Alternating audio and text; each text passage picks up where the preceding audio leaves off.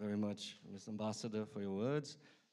So now I invite Mr. Guilherme Crispim, the head of the Brazilian Association of Distributed Generation, to moderate the first panel.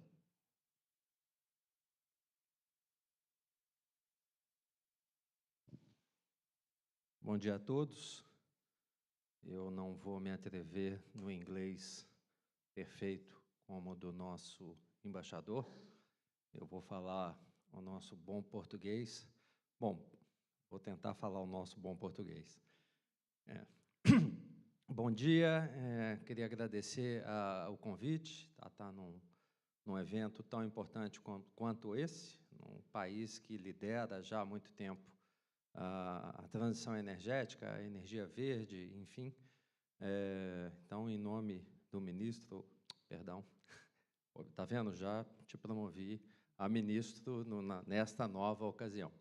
Em nome do Roberto Jaguaribe, embaixador do Brasil na Alemanha, eu queria saudar a todos, também aqui na figura do Sandoval Feitosa, queria saudar os nossos colegas de comitiva, Sandoval, que é o diretor-geral da Agência Nacional de Energia Elétrica no Brasil. Bom, esse primeiro painel, um painel muito interessante, a gente vai ter aqui uma discussão sobre os caminhos que importantes indústrias brasileiras estão buscando nesta transição energética. Eu aqui representando a Associação Brasileira de Geração Distribuída, vou ter a oportunidade de falar um pouquinho da BGD aqui ainda numa pauta futura, mas eu já gostaria de apresentar os nossos convidados, que estarão conosco aqui hoje, debatendo um pouco a respeito deste tema. Gostaria de chamar ao palco, então, representando a Aço Verde Brasil, a Silvia Nascimento. Silvia, bem-vinda, por favor. Bom dia. Você, com empoderamento feminino agora, você escolhe. Bom, também a Silvia é CEO da Aço Verde, uma indústria de aço, obviamente, que vem olhando, investindo muito. A Silvia vai contar um pouco para a gente do que tem sido feito nesse sentido no Brasil. Também gostaria de chamar para compor a mesa aqui o debate conosco da indústria plástica importante, da Braskem. Conosco aqui, representando a Braskem, o Valmir Scholler. Tá certo, Valmir? Scholler. Muito bem, por favor, Valmir. Braskem, que é um expoente também, brasileiro, né, na produção de plástico e com um olhar para a produção do plástico verde através da cana-de-açúcar, correto? Vai falar um pouco também disso para a gente. Representando também aqui o Brasil e a indústria química, representando a Unigel, que também vai contar um pouco disso, colocando uma planta de hidrogênio verde, correto, Marina? O Léo, representando a Unigel. Léo, eu não vou me atrever a falar seu sobrenome. Silesinger. Está perfeito? Muito bem, por favor. E, por fim, para fechar esse debate, esse painel, eu gostaria também de convidar o Álvaro Lawrence, da Votorantim Cimentos, que é também um importante ator, um importante player no mercado internacional, mercado brasileiro, latino-americano, na fabricação de cimento. Álvaro, por favor. Vai contar também um pouco para nós por onde a Votorantim tem ido nessa perspectiva. Eu vou me juntar a vocês. O púlpito me deixa um pouco estressado, talvez. Bom dia. Eu vou passar a palavra, viu, Silvia, para que você nos conte um pouco do que vocês têm feito, por onde têm caminhado e o que o Brasil traz de boas notícias nessa área, né? Sabendo que é um desafio grande para a produção de aço, como é que a gente pode fazer isso de forma sustentável.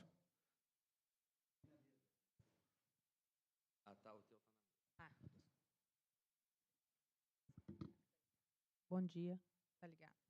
Bom dia, eu vou tentar em inglês, vocês me perdoem o acento, tá? Ladies and gentlemen, good morning. It's an honor to be here today talking about AVB. Aço Verde do Brasil is the first world carbon neutral steel plant certified. We are part of a group called Grupo Ferroeste that started its operations more than 50 years ago in the steel industry. Today we have steel plants, pig iron plants, cement plant, reforestation operations, and also an ethanol mill. This is a picture of AVB. Oh, I'm sorry, I thought. Can you go to the 4th slide, please?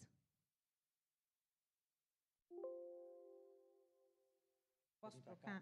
I will stay here, so it's probably easier. Okay. The one before, please. No, okay, I will. That's a picture of AVB. AVB is located in the south part of Maranhão, in a city called Açailândia. On that picture, you will see we have our steel-making plant, we have the rolling mill, and we also have our oxygen plant. Next slide, please. Next slide, please. Thank you. Okay, AVB, it's a company that was built on the DNA of sustainability. When we planned 15 years ago to build this plant, we wanted to make sure that we were using all the technology available to be able to produce green steel from day one. To be able to do that, we utilized all the technology that was available for the pig iron that will be produced with charcoal, biocarbon. Today, AVB, it's a company that's operating. It's under ramp-up period.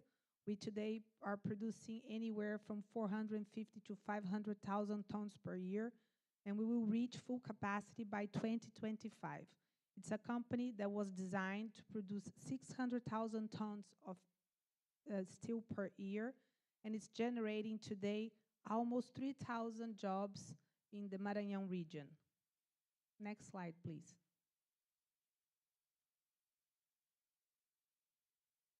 Next, thank you. That's a picture of Maranhão. That's not such a well-known state for most people. They're outside of Brazil. But if you check, you're going to see that it has a very interesting location. We are in the heart of Brazil with access not only to several ports, but also to some of the most important railroads inside of Brazil. We are very close from Carajás mine, 400 kilometers from Carajás mine, where we have available one of the best iron ore in Brazil to produce steel. And also we have availability of land around that area. So that's an excellent location for you to set up a steel mill. Next, please. Thank you. On that slide, we wanted to show how is the process of producing green steel through the use of iron ore and biocarbon. You go to the first stage of the metallurgical process by melting the biocarbon with iron ore in the furnace. Then you have the billet. After that, you're going to go to the rolling mill furnace, and then you can have the wire rods and rebar. It's very important to understand that to produce green steel, you have to go through the method of using biocarbon instead of coking coal. Otherwise, you would have much higher CO2 emissions. Next, please. Today, AVB products are wire rods, rebar, billets, pig iron, and gases. Next, please. That's our production numbers. We started out in 2018, and we've been growing production year by year since we're still on ramp-up period. We, like I said, plan to reach full capacity by 2025. Thank you. I put it there, the CO2 numbers we got through the route of biocarbon. As you can see, if you produce steel through the coking coal technology, you're gonna have 3.1 tons of CO2 per ton produced of steel. If you go through the natural gas route, you would have 2.5 tons of CO2 per ton of steel produced. And through the biocarbon, you have 0. So that's definitely the best technology today proved in industrial scale for you to produce green steel. Next one, please.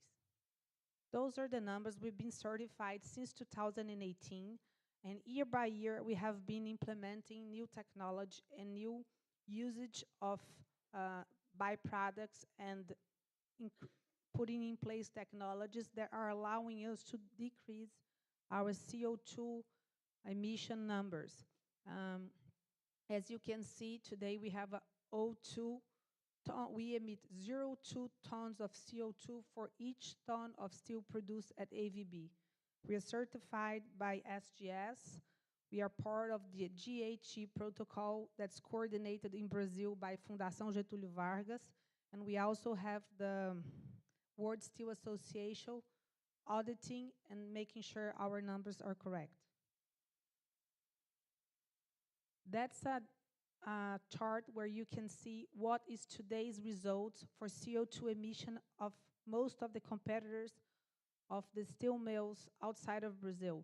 The numbers are extremely different because most of those companies work on coking coal technology. So the CO2 emissions are much higher. Next one, please. And those are all the certificates that AVB has achieved throughout those years. We've been working really hard, not only to show that this technology is workable, is feasible, but also to improve our numbers, not only because we are CO2 neutral already, that we think there's still a lot more to do. So in 2001, we were the winners of the S&P Global Metals ESG Breakthrough Achievement Prize. We proved and showed them the technology and the process of not only using biocarbon to produce steel, but also having usage for all the residuals that are generated during our steel process. That's a typical certificate that we meet for all the clients that buy our steel today. So if you buy steel from AVB, you're going to have a certificate which shows the material you bought, the quantity you bought, but also the amount of CO2 that you prevented from putting into the atmosphere by buying this carbon-free steel.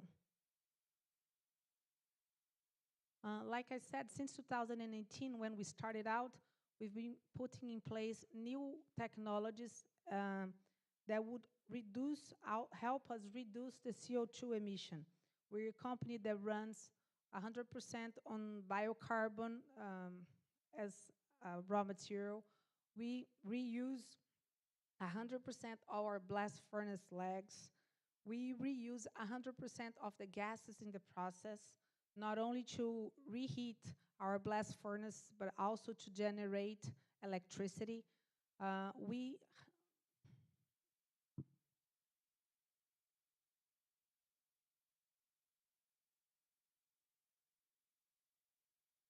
also, next please.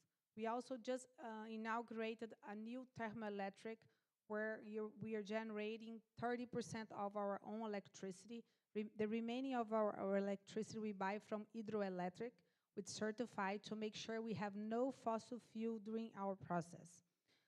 Our challenges for this year are the new carbonization furnace. We are implementing in the company the new way to produce biocarbon.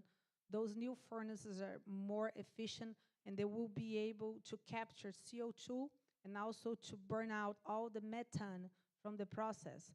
So that's new technology. That's a partnership we are doing with international companies, and that's something that's definitely going to be very important for the new way to produce biocarbon in Brazil. Another project we have is the cold briquette plant, where we plan to use all the residuals. There are still, we don't have usage for them in Brazil. With that are working, and when it comes to place, we will not only be able to reduce the usage of 10% more or less of iron ore and biocarbon, but also we will become the first residual-free steel mill in the world. Next one, please. An important thing also about AVB, because when we see the ESG logo, we have to remember that ESG does not only stand for environmental. In a country like Brazil, to have a company in the south of Maranhão, it's very important to think about the S. The social, it's very important for us. And today, in Maranhão, we have almost 3,000 employees with a company that has an average wage of 2.5 minimum salaries. That's extremely important to generate job and to help the community to not only have a better life, but also to train them so they are capable of working in any industry. So for us today, it's extremely important to have a company that is very present in the region and that also is in a perfect harmony with the community. Today we trained more than 1,300 young people to be able to work in electrical, in mechanical, in computer, in all kinds of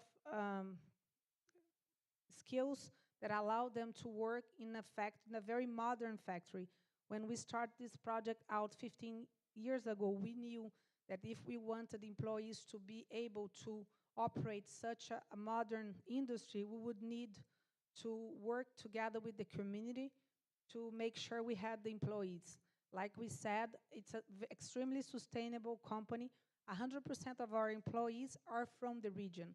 We did not import people from São Paulo, from Rio, from our director to the guy at the entrance. 100% of our employees are from Maranhão.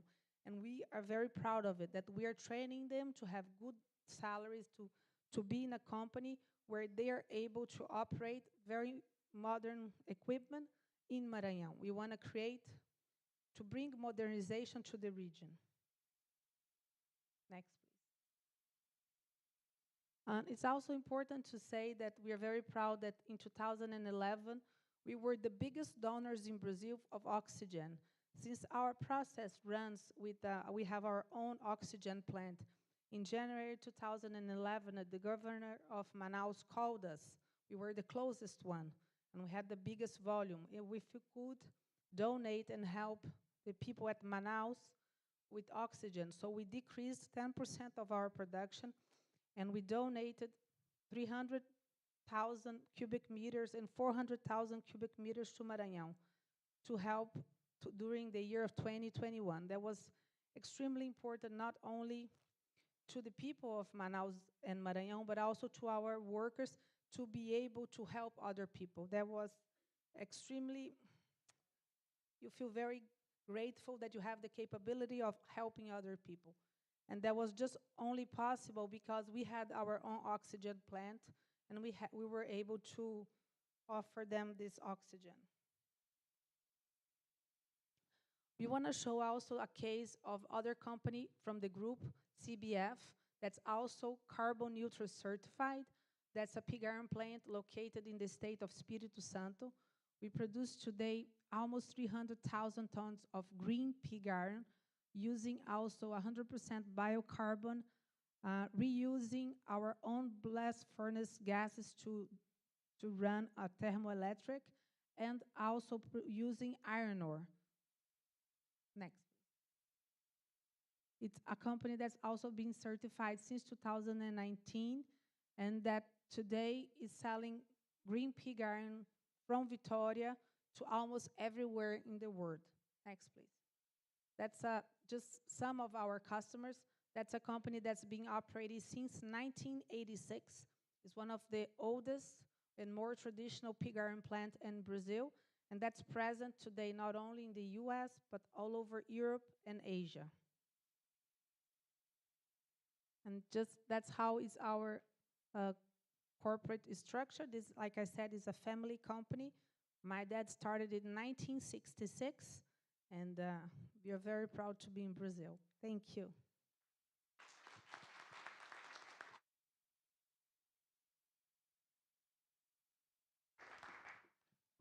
Muito bem, muito bom. Dando continuidade a esse debate, eu vou convidar o Valmir para contar agora um pouco da Braskem e o que a Braskem e vocês têm feito nesse sentido, nesta transição energética. Obrigado. So, first of all, I would like to thank the Brazilian Embassy here in Berlin and Ambassador Roberto Jaguaribe for this opportunity, for such a relevant also subject and public here. As Braskem, besides all the operations in Brazil, we also have two petrochemical plants here in Germany. So we operate in both sides of the Atlantic. Can I have the slides, please? Yeah.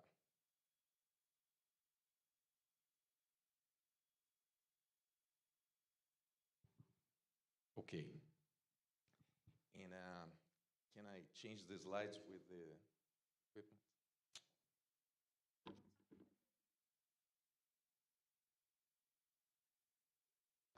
Okay. So the idea here is to share also how Braskem has been contributing to a more sustainable world and our view of where we are and where we want to be.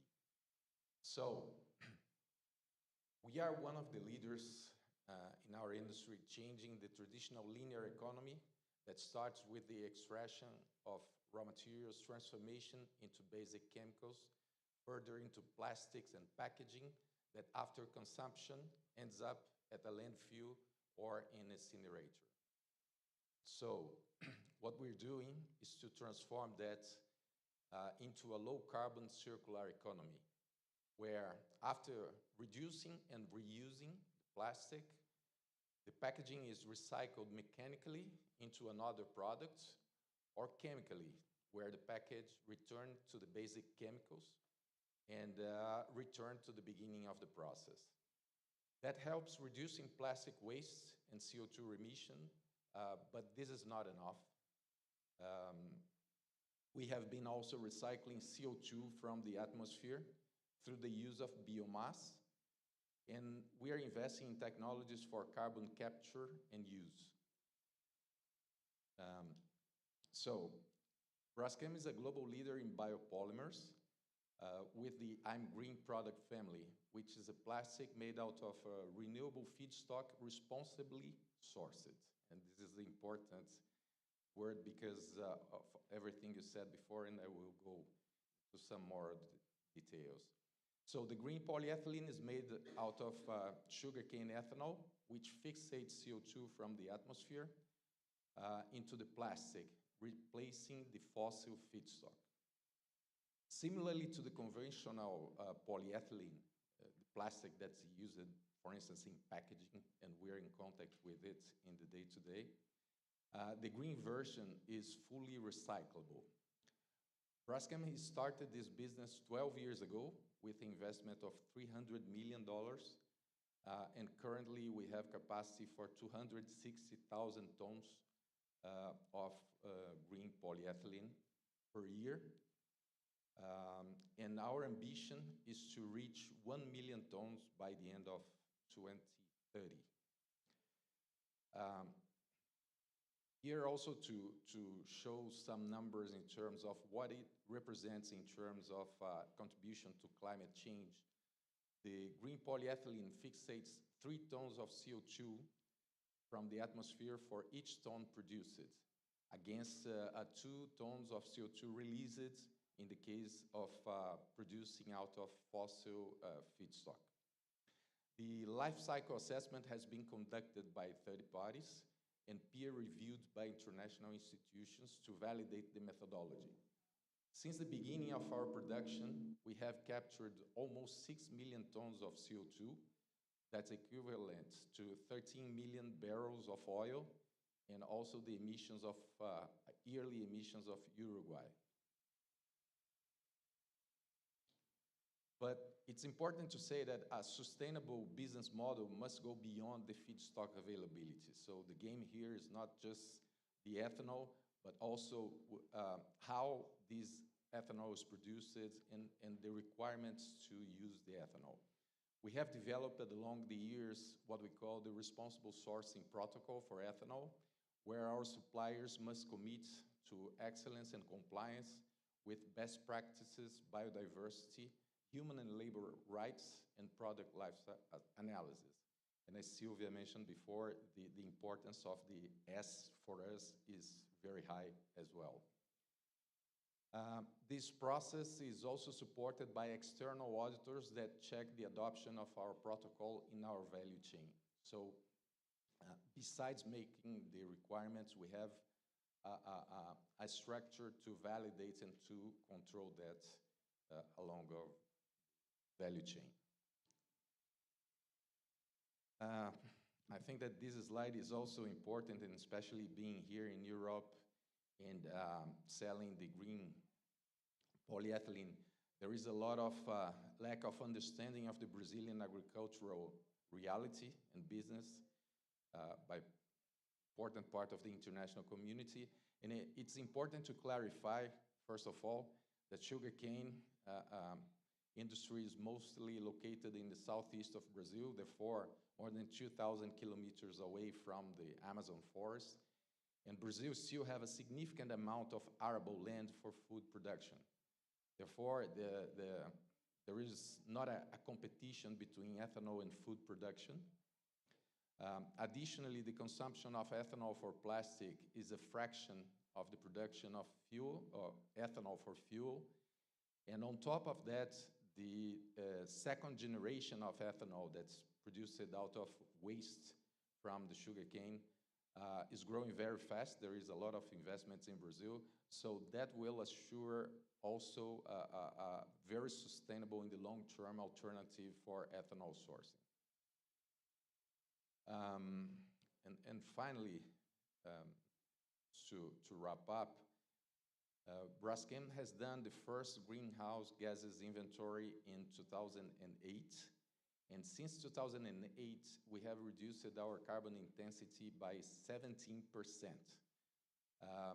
In 2020, we also made a renewed commitment to reduce our absolute emissions by 2030 by 15% and getting to carbon neutral by 2050. So here I have these slides. It's basically the international recognitions that Braskem has accumulated along the years. And I think that they speak by itself, being global, very known institutions. And that motivates us to move forward with our ambitions to make people's lives better with the sustainable solutions through chemicals and plastics. Thank you.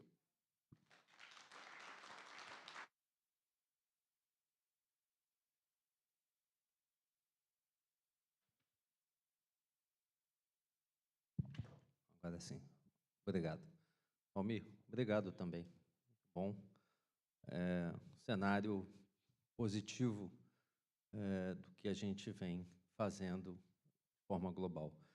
Dando continuidade, não vou me atrever de novo, viu, Léo? Vou ficar só no Léo. Ontem a Marina me contou um pouco, quando a gente saiu de uma reunião, o quanto a Unigel tem sido pioneira e também colocando um desafio muito interessante na indústria química, que é onde a Unigel está, com relação ao olhar para o hidrogênio verde. Conta para a gente um pouco como é que vocês têm trabalhado isso. Todo nosso.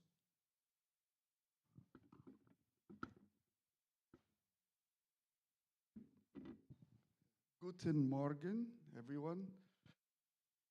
To be here today representing Unigel, and I want to express our appreciation to the Embassy of Brazil in Germany for inviting us to this event. A warm welcome to my fellow panelists and all of you in the audience. We are here to discuss something truly exciting, Brazil's first green hydrogen plant and groundbreaking project developed by Unigel. This initiative symbolizes not just our dedication to sustainability and innovation, but a turning point for the entire country. Now, before we dive into the world of green hydrogen, let me give you a snapshot of Unigel's journey. For more than 50 years, Unigel has been at the forefront of the chemical and fertilizer industries in Latin America, focusing on 3 core segments: styrenics, acrylics, and fertilizers. We've become a key player in the Brazilian styrenics market, emphasizing local markets, and as the only acrylics producer in Latin America, we've made our mark in the global arena. Additionally, our role as the sole producer of essential fertilizers in Brazil has allowed us to reduce imports and secure the country's food supply. We see a unique opportunity to make a substantial impact on the low-carbon economy. As environmental and sustainability issues become more pressing and we establish an ESG agenda focused on cutting greenhouse gas emissions, we've decided to invest in Brazil's largest green hydrogen and green ammonia project. Our carbon-neutral green hydrogen plant will bring positive change throughout the entire production chain by reducing greenhouse gas emissions. With this bold initiative, we are setting the stage for a more sustainable future in Brazil and inspiring others to follow suit. As we confront the challenges of the 21st century, it's imperative that we embrace sustainable solutions like green hydrogen to build a better future for everyone. Alongside our abundant renewable energy resources, we will take Brazil to a new level of energy matrix. In a sustainable future, green hydrogen takes the center stage. As we consider the possible measures for preserving the planet, with decarbonization being one of the most critical goals set in the 2015 Paris Agreement. As we can see, the potential for green hydrogen in the global energy matrix is huge. At the same time, Brazil could dominate the future of renewable energy. The potential for green hydrogen in Brazil is staggering, with projected revenues reaching from $15 to $20 billion by 2040. Of this amount, 10 to 12 billion will serve the domestic market, emphasizing Brazil's leadership in this burgeoning sector. Our project embodies the highest international standards for green hydrogen production, harnessing renewable energy sources like wind and solar power. By securing our renewable energy through power purchase agreements, we enable a sustainable water electrolysis process at our Bahia location, where we benefit from an abundance of renewable energy. In the water electrolysis process, we split water molecules into hydrogen and oxygen, creating a sustainable and clean source of energy. But we don't stop there. We integrate green hydrogen with nitrogen to produce green ammonia, which allows us to produce green hydrogen immediately while bypassing the challenges of hydrogen transportation and storage. The applications of green hydrogen and green ammonia span across multiple industries, from energy to transportation. As we mentioned earlier, green hydrogen can replace traditional fuels like gasoline, diesel, and kerosene. Moreover, green hydrogen can contribute to decarbonizing various industries notorious for high carbon emissions, such as steel, chemicals, and fertilizers. Green hydrogen can help these industries significantly reduce their environmental impact. At Unigel, we are going one step further by producing green ammonia, a carbon-free alternative to traditional ammonia. Green ammonia can be used as a fertilizer and has a potential as a carbon-free fuel for shipping and aviation industries. Our green hydrogen and green ammonia facilities are strategically located in the industrial hub of Camaçari, Bahia, alongside other Unigel units and the port of Aratu. This prime location enables us to make the most of existing infrastructure and tap into clean, competitive energy sources. Furthermore, our port infrastructure in Bahia allows us to export green ammonia, securing a unique position in the market. The project unfolds in 3 progressive phases. In phase 1, we will invest $120 million to install 60 megawatts of electrolyzers, producing 10,000 tons of green hydrogen, which will be converted into 60,000 tons of green ammonia, and we expect to start operations at the end of 2023. Building our initial success, phase 2 will see us quadrupling our capacity by investing an additional $420 million with an expected startup in 2025. Our vision doesn't end there. Phase 3 will propel us to the 10 times the size of our initial phase with an added capex of $960 million, targeting operations to commence in 2027. Altogether, we are dedicating $1.5 billion to this groundbreaking project, highlighting our unwavering commitment to a sustainable future. In conclusion, we stand at a pivotal moment in history, where the choices we make today will have a profound impact on our planet and future generations. Unigel's commitment to developing Brazil's first industrial-scale green hydrogen plant is not only a testament to our dedication to sustainability and innovation, but also a crucial step towards a greener, more sustainable future for Brazil and the world.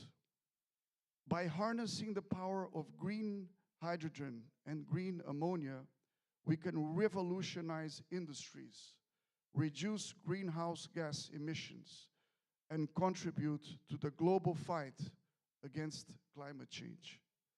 As we continue to develop and invest in cutting-edge technology with ThyssenKrupp providing us with the electrolysis process, we embrace our role as pioneers in the energy transition. Brazil's unique position, abundant renewable energy resources, and commitment to the preservation of the Amazon rainforest make it a crucial player in the global climate agenda. With projects like Unigel's green hydrogen plant, we are driving change and creating a sustainable, low-carbon economy that will benefit not only Brazil, but also the world. Together, we can shape a cleaner, greener future and make a lasting, positive impact on our planet. Thank you very much. Danke.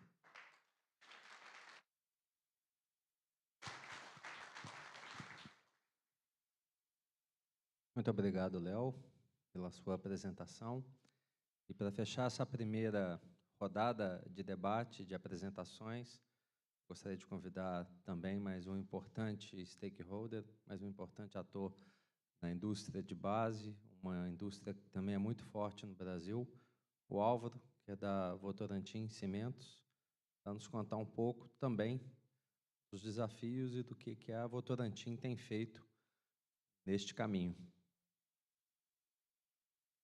Vai ter a rodada de pergunta e resposta, com cada pergunta difícil aqui que vocês vão ver. Bom dia, guten Morgen. That's all I can say. So, can I have the presentation, please? So the idea is to share a little bit what Votorantim Cimentos is doing in terms of sustainability and our decarbonization journey. So that's, yeah, thank you. So I will go from here. So as you can see, I will step a little bit closer. As you can see, Votorantim Cimentos, it's part of a big conglomerate called Votorantim Group. So we are present in several different segments, from steel, from renewables, metals, and so on and so forth, even orange juice. So we are a private-owned company, Brazilian one, with a huge, I'd say, portfolio in several different businesses. The next one. So that's a little bit our presence in terms of cement. Here I'm going to discuss about cement. So we are present in 11 countries, unfortunately not in Germany, but we're present in Spain, Morocco, Turkey, Tunisia, and some countries of North America and Latin America. Those are our numbers of 2022, so good results. We are a vertically integrated company, so we do have cement, but also ready mix, that means concrete, aggregates, and different materials. We are going to talk a little bit later in terms of circular economy, but that's our presence and our ratings. So three main companies. We are investment grade on those three different companies. And in terms of sizing, I know size is not that important, but just to give a look out in terms of our presence, we are the number 7 in the world in terms of cement capacity production, excluding China, because usually when you talk about numbers or figures, we don't bring Chinese numbers because it's a different market. The world market of cement is 4 billion tons of cement. 2 of them is in China, so that's another dimension. In terms of ESG, telling that we are good or telling that those are the results is very good, but also being recognized, I think it's important in terms of credibility. So here you can see on the left part of the chart, some of the main rating companies like CDP or MSCI, Sustainalytics, which is a very important one, that I'd say verifies and certifies the way we make the governance, so in terms of sustainability and our main results. Being part of our several associations and entities, that means making advocacy and trying to play, I'd say, a fair playing field. It's also very important. We have launched by the end of 2020 what we call our 2030 sustainability commitments. So it's a set of 7 different pillars, starting from health and safety and integrity, which is also very important. Going through, I'd say, the whole wheel, as you can see, innovation, diversity, and sometimes I like to, I'd say, tell a little bit in terms of how diversity is important, not just in terms of diversity of gender, but I guess we all agree that every single company should look for innovation. So every single company should look for innovation, and in order to foster innovation, we need to look for creativity. And we can find creativity when we have a diverse environment. That means not just gender, but diversity of age, culture, and so on and so forth. So it's very important to connect diversity with innovation. Finally, everything related to environmental footprint and the circular economy. Here, I'm not going to describe, but those 7 pillars cascade down in 19 KPIs. So as you can see, all of them, we have, I'd say, targets to reach in 2030. And annually, we publish, and this is going to be released today, in fact, March 30th, we are going to release our integrated report, so you can find in our website in Votorantim Cimentos, where we are going to compare our results with targets and what we deliver in 2022. So every single year, we publish those results because those are public commitments, and I think it's important to keep growing in terms of public commitments. Here, it's a little bit in terms of process and the importance of circular economy. If you allow me, I'm just coming here just to point out some important things. So everything that you can see in dark blue is the normal cement and ready mix process. That means it's the core of our plant. And then we have a lot of different agencies. So for example, when we have the main raw material that you use for cement production, it's limestone. So that's why the CO2 from the process is being released, because we need to convert the limestone in order to produce cement. So some of our quarries, because we do have quarry to supply our limestone, some of the overburden, that means the material that is on top of the limestone, we can produce what we call egg lime. So it's limestone for agriculture in order to increase the productivity of the crop and in order to increase the productivity of the fields. So we use to produce what we call egg lime. We also use a lot of different materials that helps us replace the fossil fuel. So we can use biomass, we can use the tires, we can use municipal solid waste. And it's important, for example, in Brazil, the total amount of solid waste, that means come from the normal trash that we produce, in Brazil is more or less 80 million tons of municipal solid waste, which gives more or less the average of 1 kilo of municipal solid waste per person per day. That's the total amount of solid waste that's produced in Brazil. And there is sometimes some misunderstanding that we, as cement industry, we don't compete with recycling because we cannot use glass, we cannot use aluminum in our process, so we reinforce the importance of recycling. But once the recycling is done, as usually I give two examples. You have one, I'd say, banana peel that we cannot use it, so this is going to be used for, I'd say, composting. But then the old pizza box that we still have, let's say, some grease or some small parts of cheese, this can be used to replace the fossil fuel in order to produce cement. So we reinforce the recycling, and we use municipal solid waste in order to replace the fossil fuel in our process. We also use, as Silva was explaining, so out from the steel industry, there's a byproduct called slag, so we can use the slag to complement the production of the recipes of our cement, so on and so forth. So that's, I'd say, a nice picture in terms of circular economy. And since 1990, we have already reduced 25% of our CO2 footprint, which is a good improvement compared to what we used to do. In the right, we have our main results. So as you can see, our average CO2 emission is 0.58 tons of CO2 per ton of cement. So it's one of the, I'd say, main results compared to the main peers or main players that we see worldwide. And last year, we got the approval of our, I'd say, CO2 emission target out of the Science Based Targets initiative. So it's a well-known entity that recognizes that we are in the alignment with 1.5-degree pathway to the end of the century. We do have a lot of, in terms of renewable energy. So I here just bring three different pictures. We have 4 hydropower plants inside 2 of our plants. So those are small hydropower plants that we produce our own energy. We own, sorry, here there's a typo, it's 160 in fact. So we have one concession of a big hydropower plant in the state of Bahia, where we can see in the left picture. In the middle, we have a consortium where we are part of this huge hydropower plant, which is in the border between Rio Grande do Sul and Santa Catarina state. So it's 1,100 megawatt capacity.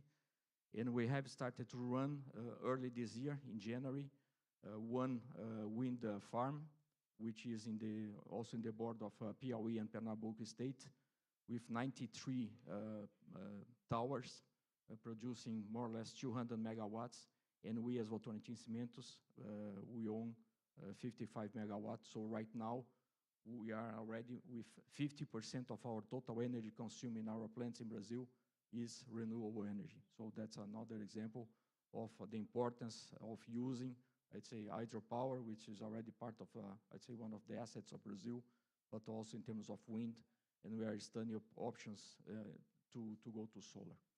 So I will stop here. I have another, I'd say, example that maybe we are going to have in our Q&A session about one, I'd say, very unique example that we have in one of our plants, which is using the pits of açaí, but I will leave a little bit for the second part.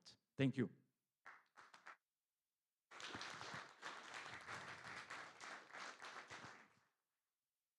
Obrigado, Álvaro.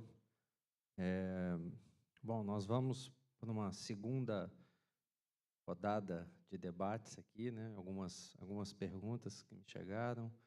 Depois a gente vai abrir também para o público que está aqui conosco, né? Os nossos convidados, para que, se quiserem fazer uma, duas perguntas, porque o Leandro já me chamou a atenção que nós estamos com tempo. É porque é muito conteúdo, é muita gente boa, a gente acaba passando um pouco mesmo. Mas nós vamos ajustar. E na minha fala também já diminuí meu tempo, eu falaria 45 minutos agora, falarei só 30. Primeiro eu gostaria de agradecer mais uma vez ao Christian, que nos convidou para estar aqui hoje representando o Brasil, a comitiva de empresas, melhor dizendo, de associações brasileiras que tratam do tema energia de alguma maneira e as que estão aqui, energias renováveis.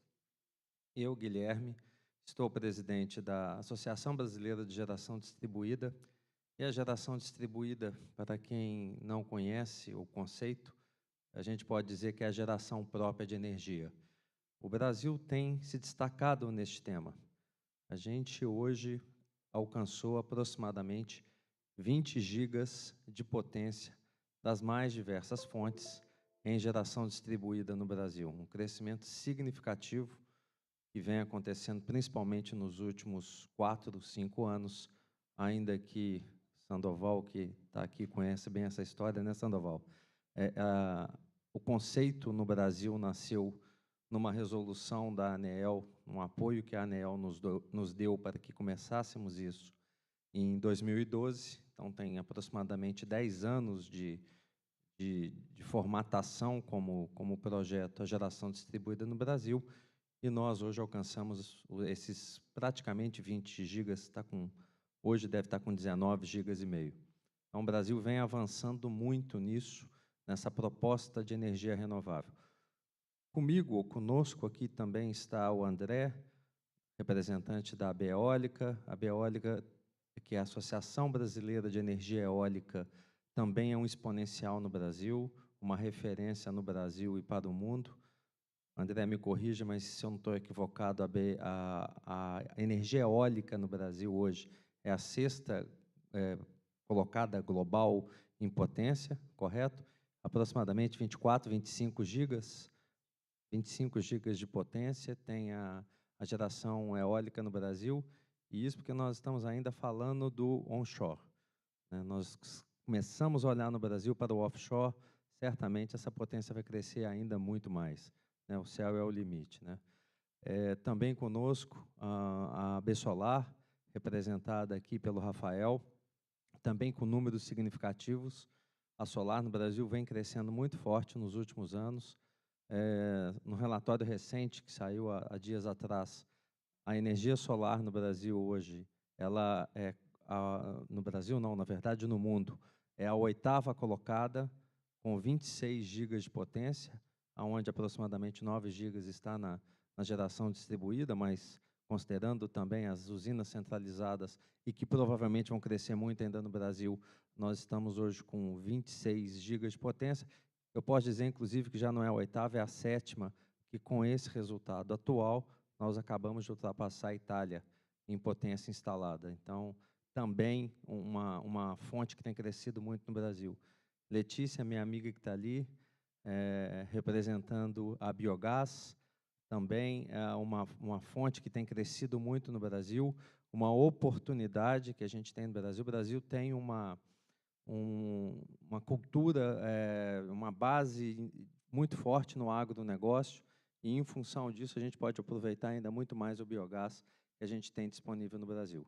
Eu vou encerrar os meus 30 minutos de fala aqui. Isso aqui é um overview do que a gente tem feito com as energias renováveis no Brasil. O Brasil tem um potencial enorme, não tem a menor dúvida que nesse cenário global todo, onde a energia é cada vez mais um elo fundamental de desenvolvimento, isso não é de hoje, isso é histórico, no mundo, nós temos possibilidade em praticamente todas as fontes ser protagonista. Então, é muito bom participar de um debate desse, ouvir a indústria de base brasileira, que é uma indústria muito forte também, e com um olhar para aproveitar a melhor competitividade dessa transição energética. Então, obrigado por essa oportunidade, é um pouco do que a gente tem feito, e a gente volta agora aqui para o debate, as damas primeiro, e ninguém te falou em Silvia, você viu que tinha um passador ali, mas foi bom,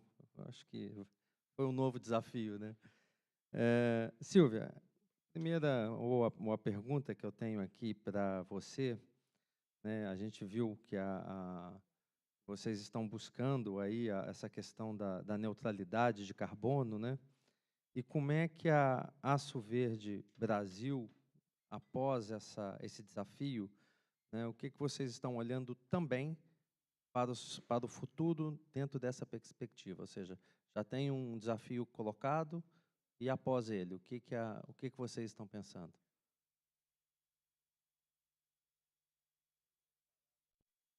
Ele fez isso comigo também. Ok, agora tá.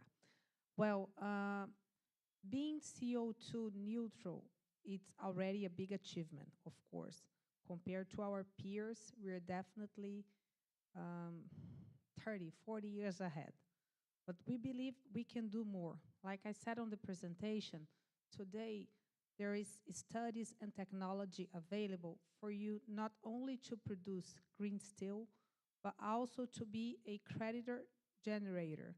The new technology that we are studying and researching about the biochar production will be a game change, because we will be able not only to produce the biochar, but also to generate credit by removing and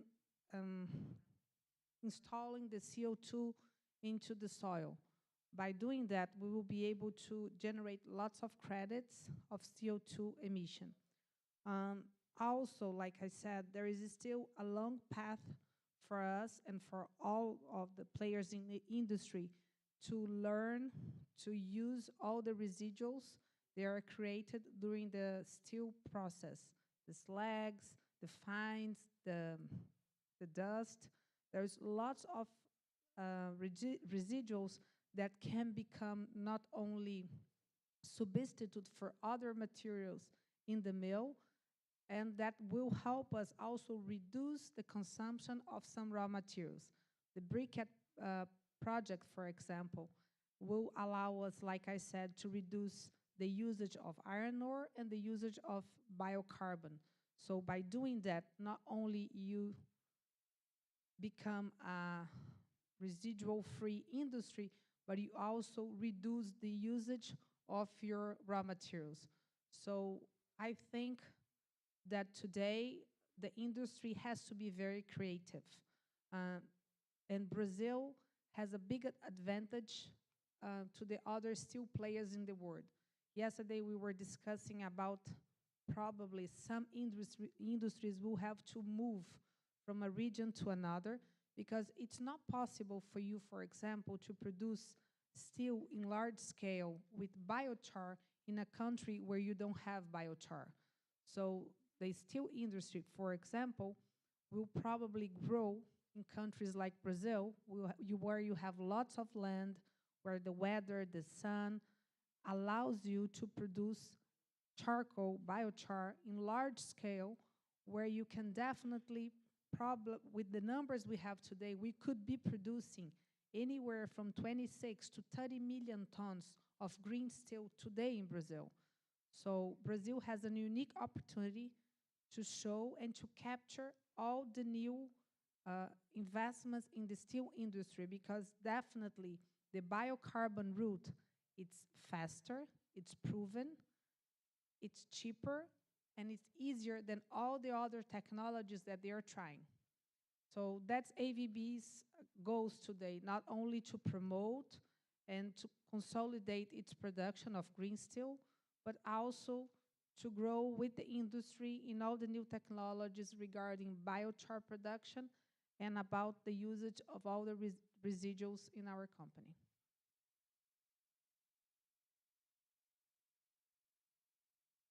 Voltei.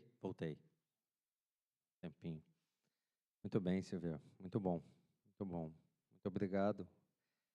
E na continuidade também deste debate, eu vou passar aqui a palavra, ou a pergunta, para o Valmir. Valmir, o que me chega aqui é quais os principais desafios para o desenvolvimento do plástico verde aqui na Europa?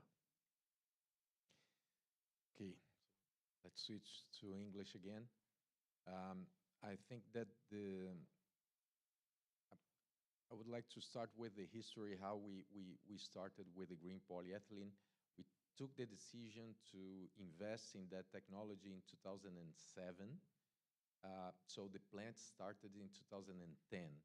And if we go back in time, it was just after the Lehman Brothers crisis and recession all over the world. So until 2007, everybody was talking about sustainability. It was very important, but after the bank crisis, it was not so important anymore. So after we decided the investment and the plant was producing, we had to go around the globe to find market for the product. Once also we were not supported by any regulatory framework that would demand the use of bioplastics. Along the time, we have learned a lot as we had to go out of Brazil. Just to give you a reference today, 85% of our sales are between Europe and Asia. So those are the biggest markets nowadays. So coming to those markets, we see in some countries regulatory support, that it's also important to assure that the investments will have return and to assure the economicity of the investments that are being done. So we were able to fill up our production along those 10 years. Today we have a very consolidated business with a very strong brand in several countries around the globe. And we're considering expanding also capacity in Asia. We're working with a partner in Thailand, another petrochemical company also to produce green polyethylene in Thailand. But coming specifically to Europe, and before Europe, I would talk about the US. 1.5 years ago, we had our internal discussions in terms of strategy, and the vice president of the US said, you know, bio here in the US, forget it. Next 5 years, this is not a priority. It's not going to happen. I would say in the last 12 months, the US has changed drastically, completely, with not only funding and support, but policies, industrial policies from the government to support the development of this industry. So I have no doubts that the US will also develop a lot this industry. Specifically in Europe, there is a lot of misinformation or misunderstanding around our industry, and as I shown before, all the concerns about food competition and deforestation of the Amazon, although we bring all the evidence and facts, in our case, we have from the mills that we source ethanol, we have satellite images along the years to show that most of it were pasture lands that were converted into sugarcane production that has a very beneficial retention of CO2 also on the ground. But nevertheless, every time that we start a conversation here in Europe, and that creates several challenges in terms of regulations. For instance, a very critical fact for us is the acknowledgement of the carbon removal. So we are removing carbon from the atmosphere, and plastic is like a sink. So you're taking the carbon from the atmosphere, transforming into a solid product that will be recycled and will be for many, many years around us. But here, today, we still have several discussions with the JRC from the European Commission around the recognition of the biogenic carbon, that it's retained in the plastic, and today's methodology do not consider this in the calculation of the CO2 footprint. So I think and I would say in the recent years here in Europe, our biggest investment has not been in marketing, because we have market for the product, but has been in advocacy to be able to bring the information and also to partner not only with local companies that are also interested in bio-based materials, but also Brazilian companies, also associations like Unica from the sugarcane producers, to make sure that we all bring the same message very clear to the different stakeholders, and we change this image that creates, again, I would say that today, biggest challenge is to change this image related with the agro industry in Brazil.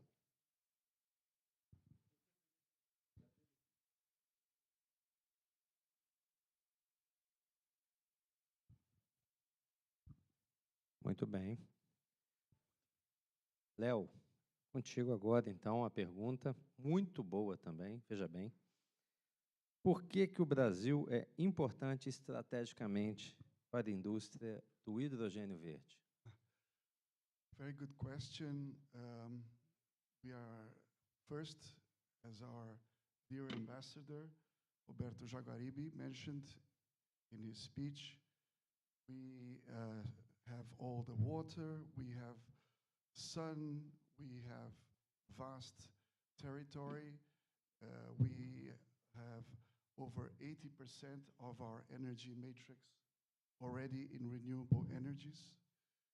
And we are very excited with the new government that seems to be committed to the renewable energy incentives and projects. The new Petrobras president, Jean-Paul Prates, also has shown great interest in transforming Petrobras into a renewable energy company, and we look forward to talking to them, to developing future projects. So I'm very excited with Brazil and our potential. And as my friends here have mentioned, all the entrepreneurs in Brazil, we take ESG very seriously. So I didn't mention in my speech that Unigel supports more than 3,000 children in education in rural Bahia, interior of Bahia. And we support them from their early stage till their professional stage, where they have the opportunity, after they finish their professional studies, to join the Unigel group. So we are very excited with everything that is happening in Brazil, and I'm here to invite everybody to come to Brazil and to talk to us and to see what we are doing over there. Thank you. Obrigado você, Léo, pela precisa resposta. Álvaro, vamos fechar esse debate. E aí eu gostaria que você nos trouxesse, se existe, eu imagino que sim, algum exemplo neste caminho, nessa discussão toda de um olhar da transição energética, diminuição da pegada do carbono, aonde que a Votorantim, de fato, por exemplo, tem trabalhado com isso. Very good. So if I can go back to my presentation, that was my trick part because I couldn't do in 8 minutes, so I split in two. Who likes açaí? Everybody? Who doesn't know açaí? Everybody knows açaí. Good. So back to the presentation.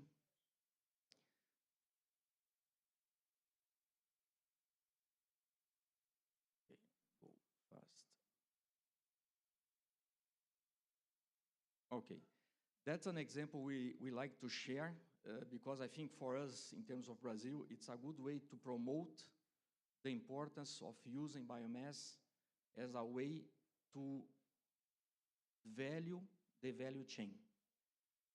So when it comes to açaí, Pará state, we have one cement plant in the state of Pará in Brazil. This is the very north portion of Brazil. It's an environmental issue because annually, as you can see, more than 300,000 tons of açaí pits are, I'd say, discarded in the environment. And as you probably know, once you have the decomposition of biomass, you have the emission of methane. And methane is 25 times more harmful to the environment in terms of greenhouse gas emission compared to the CO2. So one of the problems of every time we have a decomposition of biomass is the generation of methane. So we try to take into account that opportunity to explore the value chain, to give additional employment to the local farms and local communities. You know, one of the important points is, I don't know if you ever noticed that, but it's like the olive. In case of the açaí, 80% of the weight of the fruit is the pit, is the seed, 80%. So everything you explore in order to produce the pulp and export, and Brazil is the biggest exporter of açaí pulp, you just use 20% of the weight of that fruit. 80% is the seed, or the pit, as we call it. So biomass can be used to replace fossil fuel. In our case, in that plant in the north of Pará state, the fossil fuel we use to produce cement comes from the Gulf of Mexico.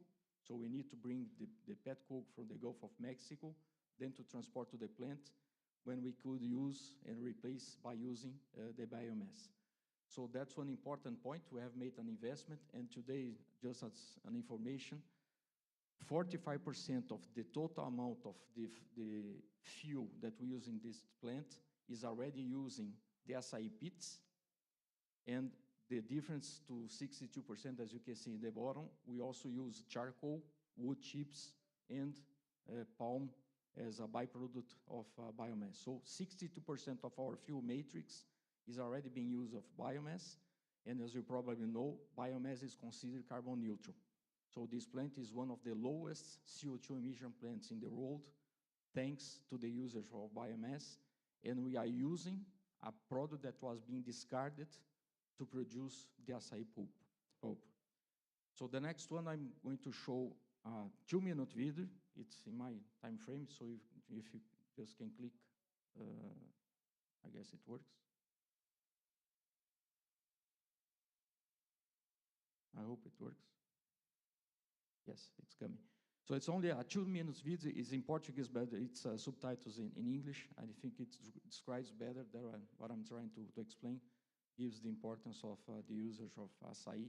And it's, I'd say for us in Brazil, we are very proud of having this kind of initiative that also, I'd say, explores the value chain, gives additional employment, because as you can see, those little farms and cooperatives, they use it to produce the açaí in order to produce the pulp, but now they dry the açaí pits and they sell it to us. So in a certain way, we're increasing the revenue of the value chain in order to improve the local farming. Okay?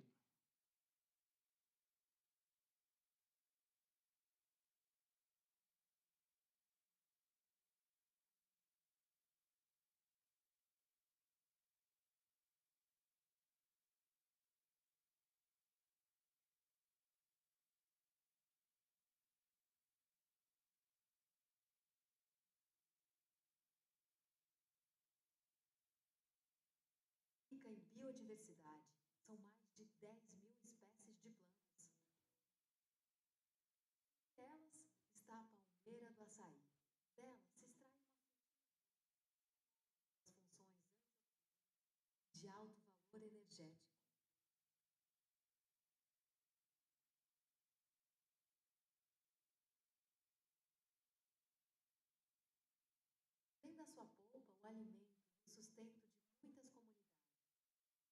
caroço que descobrimos algo único.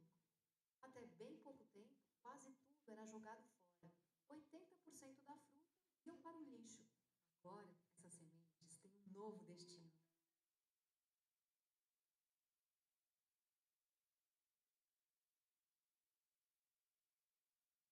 Em Igarapé-Miri, elas são separadas, processadas, armazenadas, transportadas até Primavera, cidade a 200 quilômetros de Belém do Pará. O açaí está virando energia de outra forma, gerando calor para nossas máquinas e fornos. Está substituindo o coque, combustível fóssil importado dos Estados Unidos, que percorre mais de 10 mil.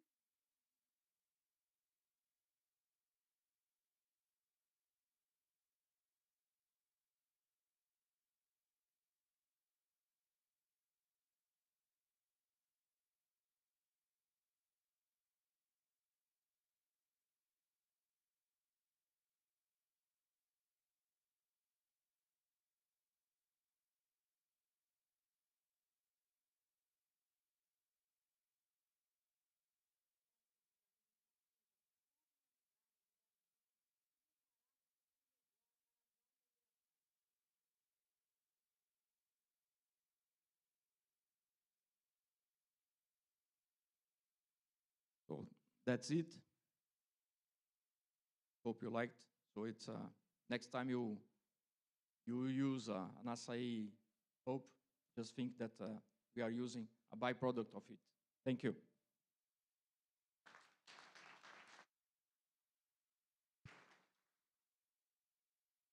Muito bom, Álvaro. Aproveita tudo, então, né? Perfeito. A gente finaliza essa segunda etapa do debate e, como eu estou aqui com a boa parte da indústria de base, principalmente do Brasil, eu vou fazer uma pequena intervenção aqui para convidar o Marcelo Prim, que é do Senai, que é o nosso Serviço Nacional de Aprendizagem Industrial. Marcelo, dá uma palavra aqui conosco. Por favor, obrigado. Obrigado. Bom dia a todos. My name is Marcelo Prim. I am executive from CNI, with the Brazilian National Confederation of the Industry. So I'm really proud. No, it's really amazing. I'm an expat from CNI, which is the Brazilian National System for Vocational Training or Industrial Apprenticeship. And I have been around here for the last 2 years, learning with our German colleagues from Fraunhofer IPK here in Berlin. And I have been here a couple of times at the Brazilian Embassy. I learned a lot with our ambassador and with the colleagues, Brazilian fellows like Leandro and Pedro Ivo. I just would like to say that during the last 2 years, we developed a set of a network with the Fraunhofer Society and other German research and technology organizations to bring technology as a bridge between Brazil and Germany in order to foster this sustainability agenda that our colleagues here from the Brazilian industry just presented. And then we decided to develop a booth, a stand at the Hanover Messe for the first time. So it will be a Brazilian stand, a booth, to present what we are doing in terms of sustainability. And as I learned from our ambassador, Roberto Jaguaribe, we want to show and to attract investments in order to enable Brazilians and the Brazilian industry to export sustainability. This is the overall idea.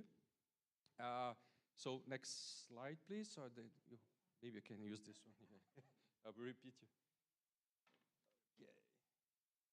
So this is the value proposition I just mentioned. So the overall idea is to present how the Brazilian industry and it's doing our job, So we are doing our homework, and we are willing to export this sustainability to the world, not only in terms of environmental aspects, but as you presented, in terms also on social and governance as well. So we want to bring, develop opportunities to attract investments to the takeover of the Brazilian industry, this reindustrialization process that this new government is investing now since the beginning of the year. So we want also to develop organizational competences. So we want to attract partners for research and technology development in Brazil in order to explore new possibilities of producing hydrogen, producing industrial feedstock, producing energy in Brazil, and for the world. So we have biomass, we have resources, we have talented people, we have also technology, and we can export this to the world. So the three pillars that we are going to present in the fair, it's all about decarbonization, but also energy transition and bioeconomy as well. And there will be guided tours in order also to connect with what is happening in the Hannover Messe as a whole. And there will be more than 100 companies represented in this fair, Brazilian companies, that we want to connect. So very important to say, there will be a booth, a stand, and this stand is using the trademark of Brazil with S, of sustainability. And this is a partnership with the Brazilian government, with Itamaraty. So it's all one single movement of Brazilian companies with CNI, with Senai as well, and Senai as an enabler of this transformation of the Brazilian sustainable industry, as were presented here today, as not only for technical education, but also for, with technology and innovation development, that the 4 companies here, we are partners of them in Brazil, and we are really proud of that. So my pitch here is to invite you, everybody here, to be part of this movement, to visit us. We are really proud that we heard that the ambassador will be there with us in the first day to inaugurate this booth. Yes, thank you very much. This is basically my pitch. Thank you. Obrigado, Marcelo. Obrigado. Bom, eu gostaria de saber da nossa seleta plateia que temos aqui, se algum de vocês gostaria de fazer alguma pergunta para esse time de especialistas que temos aqui no palco. Por favor.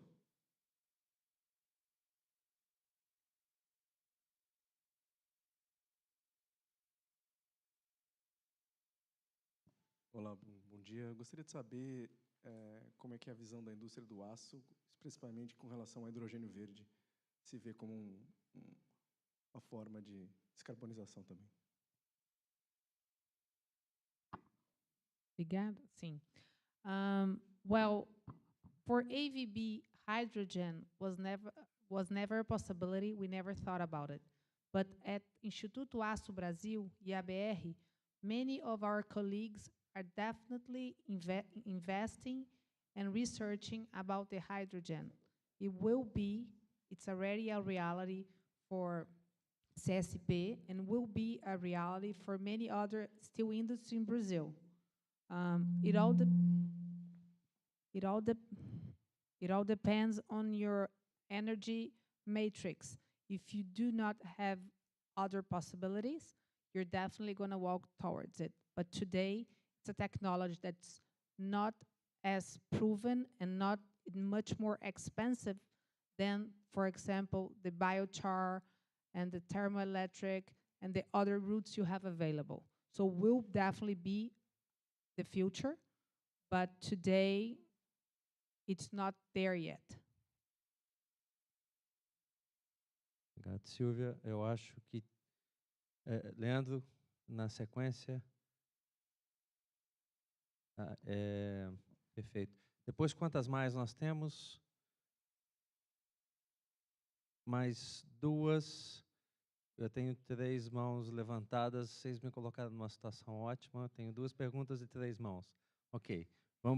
Enquanto eu penso, por favor, sua pergunta.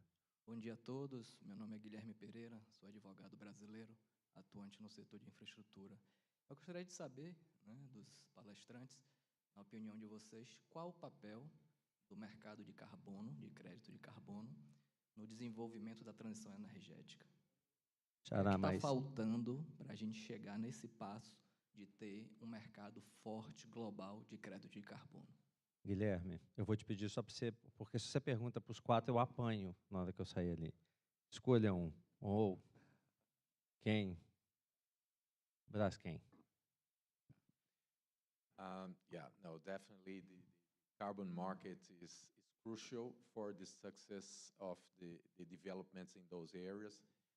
And from different aspects, because today, despite the advantages that we have, for instance, in Brazil with our energy matrix, at the end of the day, I need to compete with the product that is being produced maybe in a country that has advantages in the Middle East in terms of cost and does not generate the same benefit in terms of CO2 as we can bring to society. So having a pricing mechanism and a clear regulatory framework will be the game changer for what we're seeing today.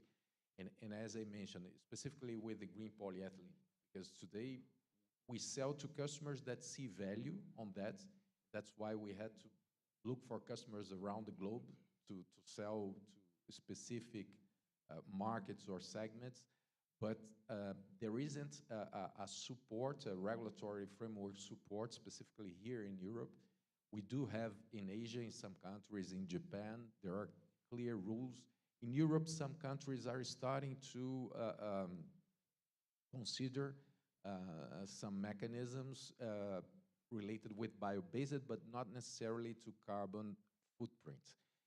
And I think that carbon footprints will make a difference in terms of investment. And if we consider seriously the agenda of climate change, as I used to say, there is no climate for Europe and climate for Brazil and the rest of the world. It's just one climate, and we need to leverage the most competitive ways to reduce the carbon footprint. That's why I think that the carbon mechanisms, being a fair mechanism, a global mechanism to be able to really lever the development of new applications and new technologies, but that has a cost, and that needs to have a mechanism that will support this transition. Perfeito. Bom, eu estou vendo aqui, nós estamos aproximadamente 30 minutos atrasados para o segundo painel. Tem 2 perguntas. Acho que tinha uma... Perfeito. Yeah, good morning to everybody. My name is Claudia Asse from KfW Banking Group. So my question would be to, let's say, all of you, but I choose Sylvia. Where do you expect development banks, international banks like us, like BNDES in Brazil, support this challenging transition? What can be the value added from our side in future? Well, good morning. I think the support of the international banks to industries, they are really looking for ESG solutions or that have a sustainable production. It's very important. Today in Brazil, unfortunately, we see that on their speech, but in reality, they do not look into the subject in deepness. Like you said, from international banks, we see more interest in the subject, genuine interest in the subject than we see back home in Brazil. It is important, and we do need the support because most of those technologies and most of those industries are going to have a very expensive change to be able to produce with low CO2 emissions. So I think that We know it's a difficult moment in the economic situation all over the world, but it's very important that the banks try to support the industries that are really engaged in the low CO2 emission production. Brazil needs this support, even to show to the Brazilian banks that that can be done, and that should be incentivized. On top of that, as soon as we have the CO2 certificates regulated, most of those companies are going to be able to sell those certificates and move around all over the world those CO2 emissions. And that will create more revenue and exposure of those companies in Brazil. So I think the international support is very important, and all the companies in Brazil are going to need it. I just asked to add a word here, because I've had a conversation with the president, the new president of the Development Bank in Brazil, in relation to these issues. And he is totally committed to introducing lines that will benefit this sort of action. And I think that since he is the major partner of KFV in Brazil, you could work together in this direction and generate more resources for that purpose, which is, of course, a common purpose of the German government and the Brazilian government. I think they are going to go in this way, and I hope that you can get together and create additional, let's say, movement in this direction. Muito bem. Vamos para a última pergunta, por favor. Thank you. Thank you for the presentation. Thank you also for the Director General of ANIL of inviting us yesterday at the Foreign Office. My name is Henry Ries. I'm a German, but representative of the French-German Association Énergie Franco-Allemande. And this is a bit additional to the question of the lady. I think everybody's aware here that Brazil has a huge frontier with Europe, French Guiana. And before the pandemic, we had an exchange with Mr. Lopez from the EPE, which is he sadly died of COVID, great expert, Brazilian expert. And my question is, in your projects, is that of interest? Because in French Guiana, you can finance projects like in Berlin, easy. Okay, we've got also inflation now here in Europe, but probably is that of a consideration in your projects to do something with your neighbor, Europe? Bom, isso. A alva do Léo, a pergunta era essa mesmo. Thank you for that question. In our hydrogen project, we are already working with ThyssenKrupp. They are providing us with the electrolyzers. And I think we are all in Brazil very looking forward for a partnership with Germany, with Europe. And we think it's strategically very important. You have good technology. You are good partners in Brazil. You have always been good partners. So we see it as strategically important to be partners with Europe. And we welcome Europe in our businesses. Bom, muito bem. Bom, pelo avançar da hora, eu vou finalizar esse primeiro painel aqui. Gostaria de agradecer muito a Silvia, que esteve conosco. Gostaria de agradecer também o Valmir, o Léo, o Álvaro. Agradecer a todos que aqui estão. Agradecer ao embaixador Roberto, que está na casa, está se sentir em casa em Berlim é muito bom. E dizer para a plateia que está aqui que o Brasil é, de fato, uma potência energética. Está no nosso DNA. Nós somos capazes de gerar energia por inúmeras fontes, né? Provavelmente, certamente, o Sandoval vai falar aqui na apresentação dele agora. 84% da matriz elétrica brasileira é renovável. A média mundial é 27%. Nós somos renováveis. Nós fazemos isso há muito tempo. Gostei muito, Marcelo, do S de sustainability, né? Isso já está no nosso DNA. Então é isso. Vamos para o segundo painel. Obrigado a todos pela atenção, pela audiência. Obrigado, Roberto, e vamos em frente.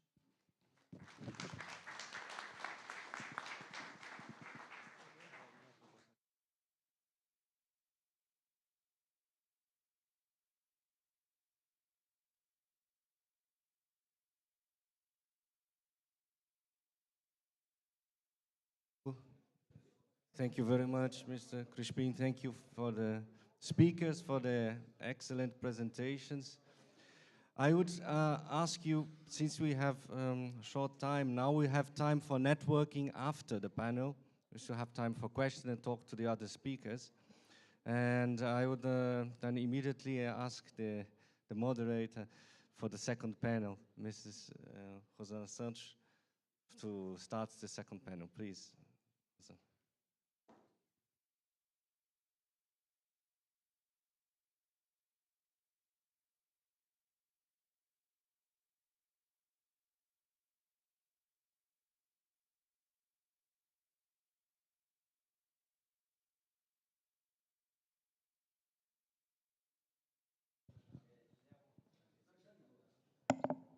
Já ligou, acho, já ligou. So, first in Portuguese, obrigada, embaixador, obrigada a todo mundo. Acho que essas discussões que estão sendo levadas aqui are of the greatest importance for our country. I mean, we are very powerful when it comes to energy, but important thing to see is how to create value to our people, to our country, to our economy, how to boost our participation in this industrial world, and how to increase our industrialization that had decreased along the years, and it doesn't make sense such a rich country not participating in the world decarbonization. So, this said, we will initiate our panel, which we intend to discuss how to better collaborate with some examples, some models, some things that are already going on. And we start by inviting our Director General from ANEEL to join the panel, Mr. Sandoval. And then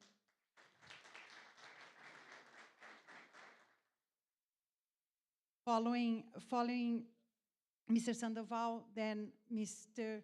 Michael Haid from ADL. He will bring us some examples how to cooperate. Please join the panel. Not to leave our already ongoing cooperation on the third sector part, our colleague Karina, I do invite you also to join us here, and she will bring us an example on how to cooperate when we are talking on third sector cooperation. And from the university, bringing some academic example, Mariane from COP, from the University of Rio de Janeiro.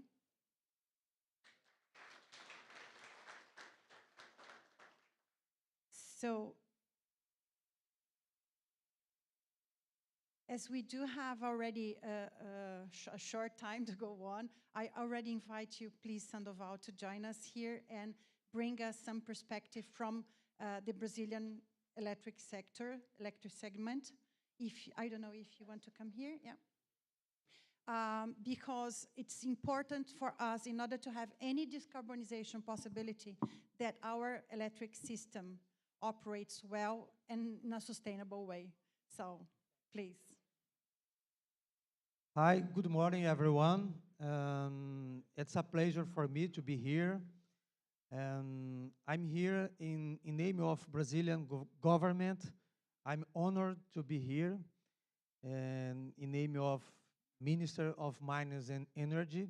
I have some message to give to you from the electric power system perspective towards to energy transitions. Thank you, Ms. Ambassador, Mr. Roberto Jaguaribe, and all Brazilian work team here in Embassy. So, I will make my presentation in Portuguese, okay? But because it's important to ensure full understanding about the Brazilian aspects related to electric power system. So let's move on.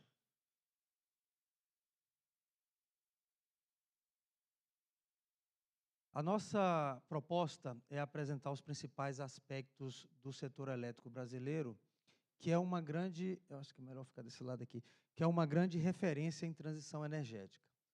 O Brasil, em meados dos anos 70, teve uma grande crise energética, com a crise do petróleo. Naquele momento, o ensinamento do governo brasileiro foi iniciar uma mudança da nossa matriz elétrica. Matriz energética. Naquele momento, o país era fortemente dependente do petróleo. Naquele momento, foi criado o programa do pró-álcool, que desenvolveu as bases para uma grande produção de etanol. O Brasil é um grande líder na produção de etanol. Naquele momento também iniciou-se um grande programa de construção de hidrelétricas.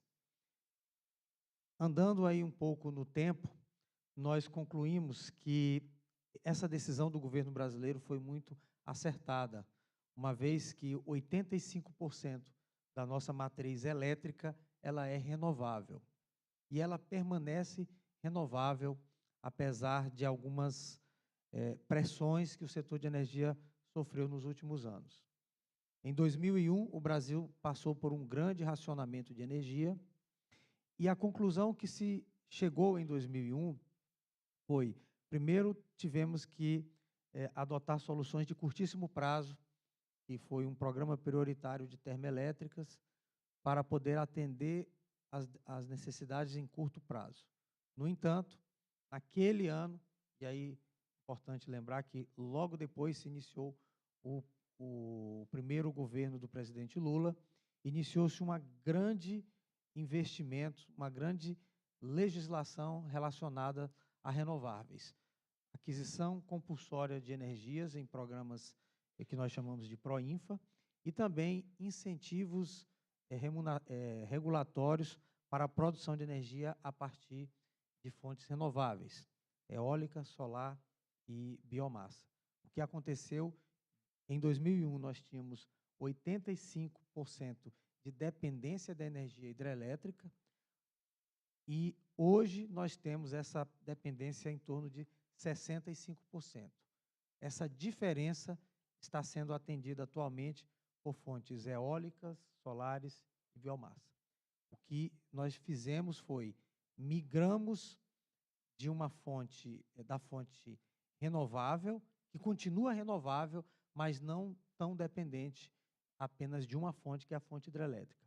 E a nossa expansão para os próximos anos, ela permanece fortemente baseada em fontes renováveis, solar majoritariamente e também eólica. Apresentar aqui rapidamente o framework legal regulatório do Brasil. O Brasil, em meados dos anos 90, iniciou uma grande reestruturação do setor elétrico brasileiro, oportunizando um ambiente de negócio desde então para atrair investimentos privados no setor de energia. Hoje nós temos no topo das políticas públicas definidas pelo Congresso brasileiro, ministérios associados, conselhos de suporte à presidência da República. Temos a Agência Nacional de Energia Elétrica como o principal player do Brasil com relação à transparência, confiança e que traz e dá todas as bases para um ambiente favorável de negócios do setor elétrico brasileiro. E, abaixo da Agência Nacional de Energia Elétrica, temos o Operador Nacional da Rede, a Câmara de Comercialização de Energia e todos os agentes de geração, transmissão, distribuição e comercialização, e temos um órgão público responsável pelo planejamento do setor de energia no Brasil. A missão da agência, que em grandes palavras, significa dar condições favoráveis para que o mercado de energia elétrica se desenvolva entre equilíbrio entre os agentes em benefício da sociedade brasileira, o que nós, muito humildemente, temos conseguido ao longo de todos esses 25 anos. A forma que a ANEEL tem buscado atuar para prover a modernização do setor, basicamente, uma regulação baseada em incentivos, redução de barreiras. A Agência Nacional de Energia Elétrica é reconhecida com muito orgulho como a agência de regulação mais eficiente do Brasil. Ela é a mais, com todo respeito a todas as demais, talvez pela maturidade que nós já temos, é uma agência que tem 25 anos de criação, é uma agência muito bem avaliada por organismos internacionais. Contratamos um peer review da OCDE, que colocou a agência como a um passo de um regulador internacional de referência. Assinamos recentemente um memorando de entendimentos com a Ofgem, que é o regulador de gás e eletricidade do Reino Unido, em condições únicas, senhor embaixador, com troca de experiências, estágios mútuos entre os dois países, isso que nos dá uma grande felicidade por termos este reconhecimento. Também temos um setor bastante estável e previsível na área de energia. Obedecer contratos é uma regra, na realidade, é uma regra única e indissociável do setor de energia no Brasil. Temos um histórico de respeito a contratos, temos um regime democrático que já se estende há várias décadas. Nenhuma das mudanças de governo no Brasil trouxe nenhum sobressalto ao setor de energia, ou seja, os governos passam, os governos entram e saem, e a regulação do setor continua a mesma, não há interferência política no setor de energia brasileiro, o que traz um ambiente de muita segurança para investimentos. Perspectivas no Brasil são as melhores possíveis. Temos hoje um mercado de energia que está prestes a ser mais liberalizado ainda. Hoje, em torno de 35% da aquisição de energia no Brasil, ela ocorre no ambiente livre, e nós temos 65% ainda em consumidores cativos, o que há uma grande perspectiva de ampliar rapidamente nos próximos anos.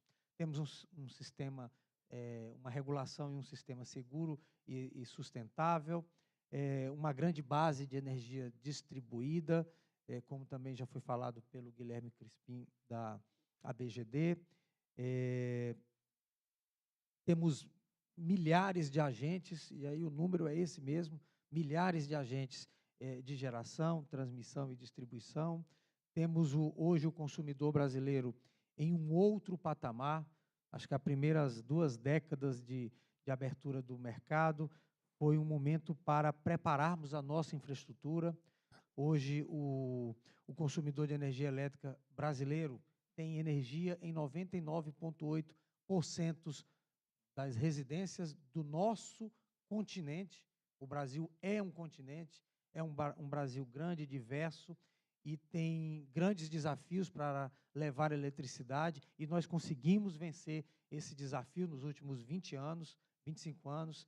Temos agora um outro momento que nós vamos viver, que é um momento de modernização, é um momento de ampliarmos a transição energética, eletrificarmos a economia brasileira, atrairmos mais e mais investimentos, melhorarmos a vida da população brasileira, reduzindo as desigualdades sociais e regionais que ainda temos em nosso grande país.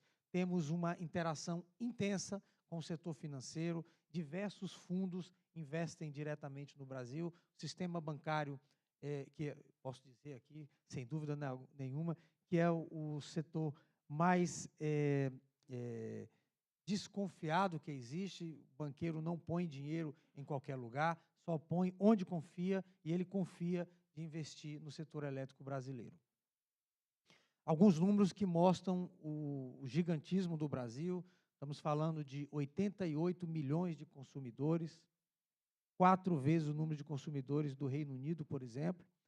Temos distribuído em 53 companhias de distribuição de energia, 52 agências autorizadas, agentes que operam no setor de distribuição, 190 gigawatts de capacidade instalada, distribuído, vejam, em quase 26 mil usinas no Brasil.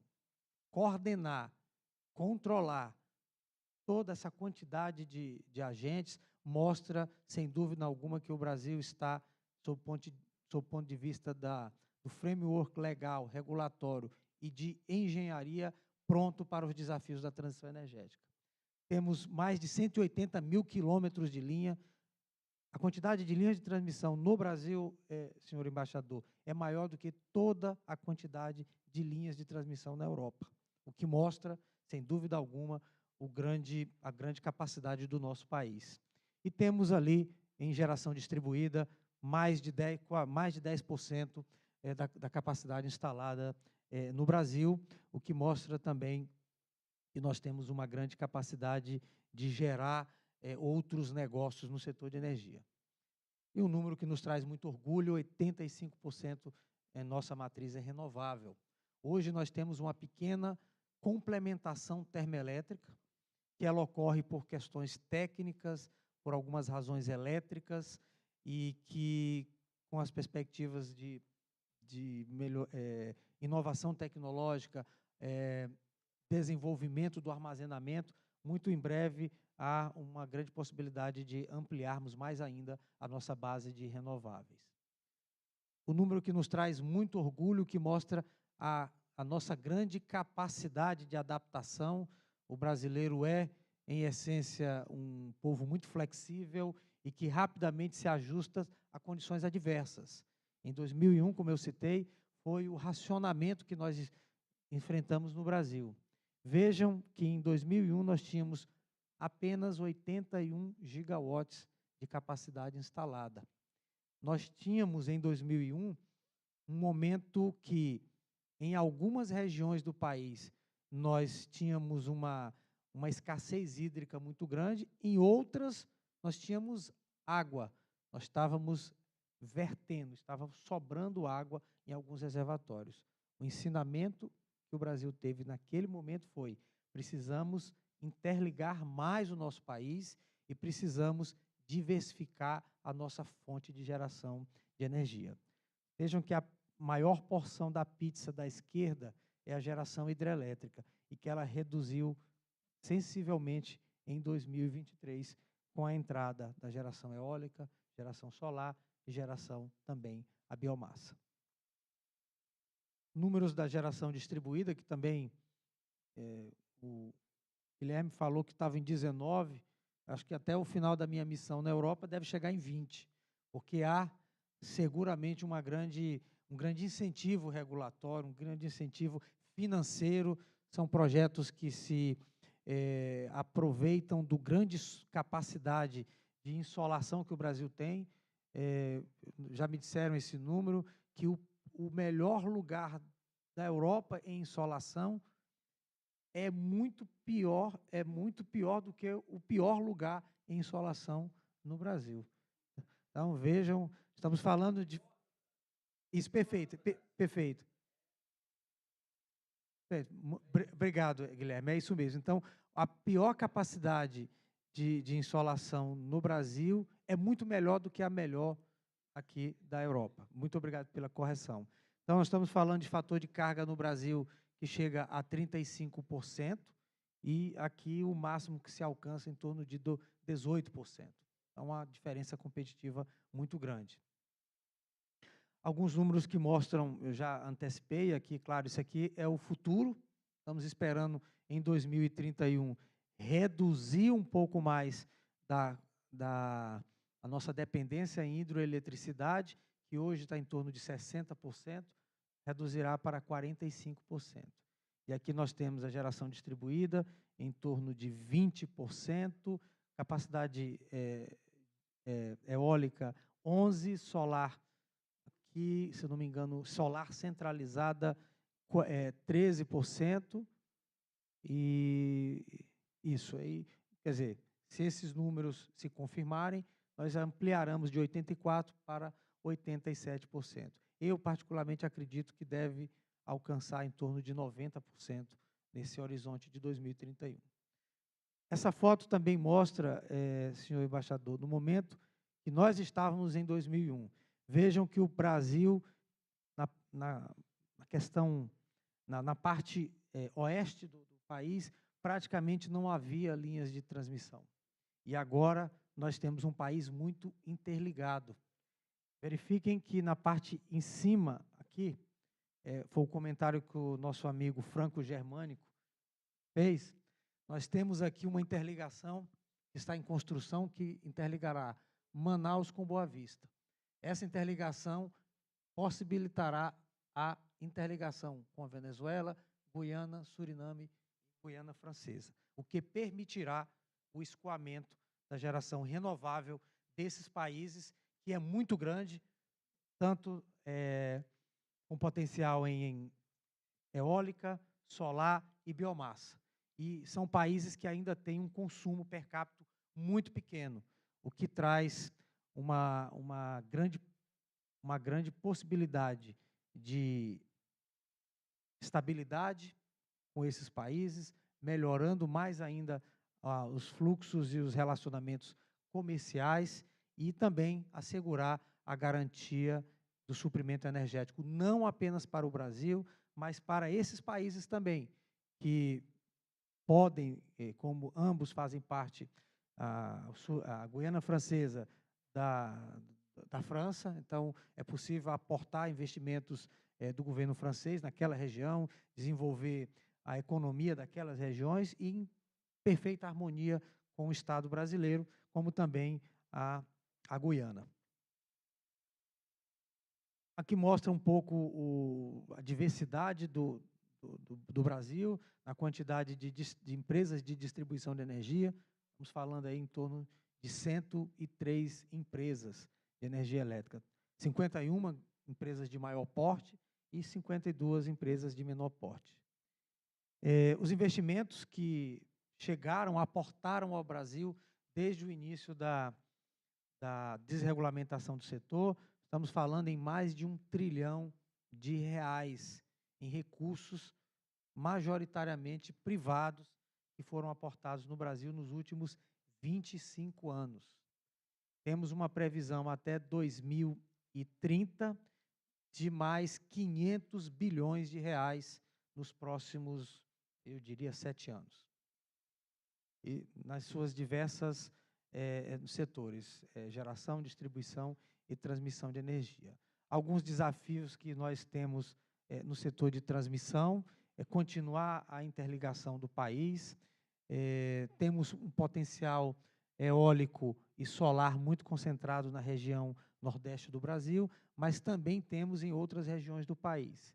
E diferente de usinas hidrelétricas e termoelétricas, que nós sabemos precisamente onde elas irão se conectar, as usinas eólicas e solares, elas possuem uma região, então temos que deixar uma rede próxima para que esse potencial possa ser escoado.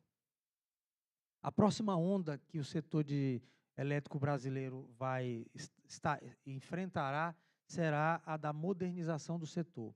Nós precisamos ter redes inteligentes, utilizar melhor a nossa diversidade de geração. Temos aí uma grande agenda de descarbonização, digitalização do setor, descentralização, ou seja, cada vez mais a energia vai ser gerada mais próximo dos centros de carga, e temos também a necessidade de uma democratização da energia no nosso país. Todos esses desafios são os desafios das próximas décadas e que nós alcançaremos seguramente, porque chegamos até aqui em uma agenda muito ambiciosa que o Brasil conseguiu, e seguramente os próximos passos, eu diria, serão até mais fáceis, porque temos a confiança dos países que se relacionam com o Brasil. A Alemanha é um país que tem um relacionamento histórico com o Brasil, como o embaixador já citou. Temos um dos principais provedores de serviços e de equipamentos da boa engenharia alemã no Brasil e que continuará dando suporte aos projetos de infraestrutura do nosso país. Aqui, basicamente, é o que eu já concluí, a agenda que a ANEEL possui para os próximos anos e abertura do mercado, como eu já disse. Acho que é isso. Muito obrigado.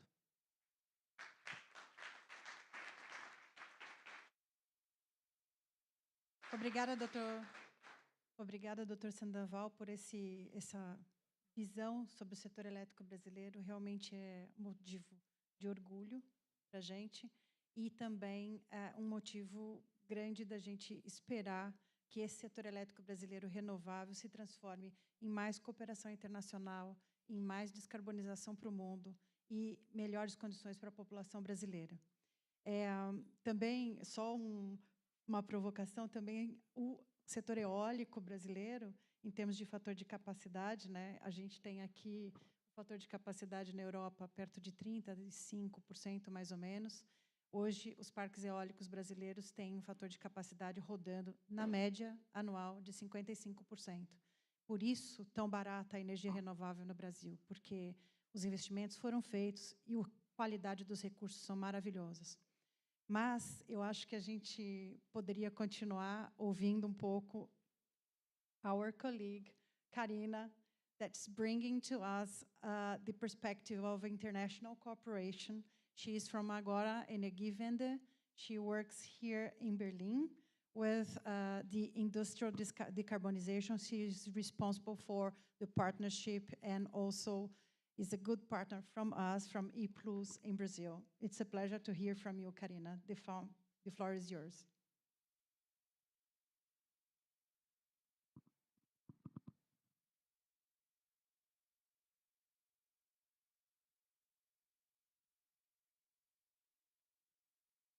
Not yet. It's coming, yes. Thank you very much for the opportunity to discuss international partnerships for industry decarbonization with you today. So first, I would like to apologize on Frank's behalf. He wanted to be here with us today, but he's sick and it made his voice almost disappear. But I hope I do a good job replacing him. But I'm also happy because I have other colleagues from Agora in the audience, so Camila Oliveira and Fabian Barreira will hopefully help me with your questions at the end.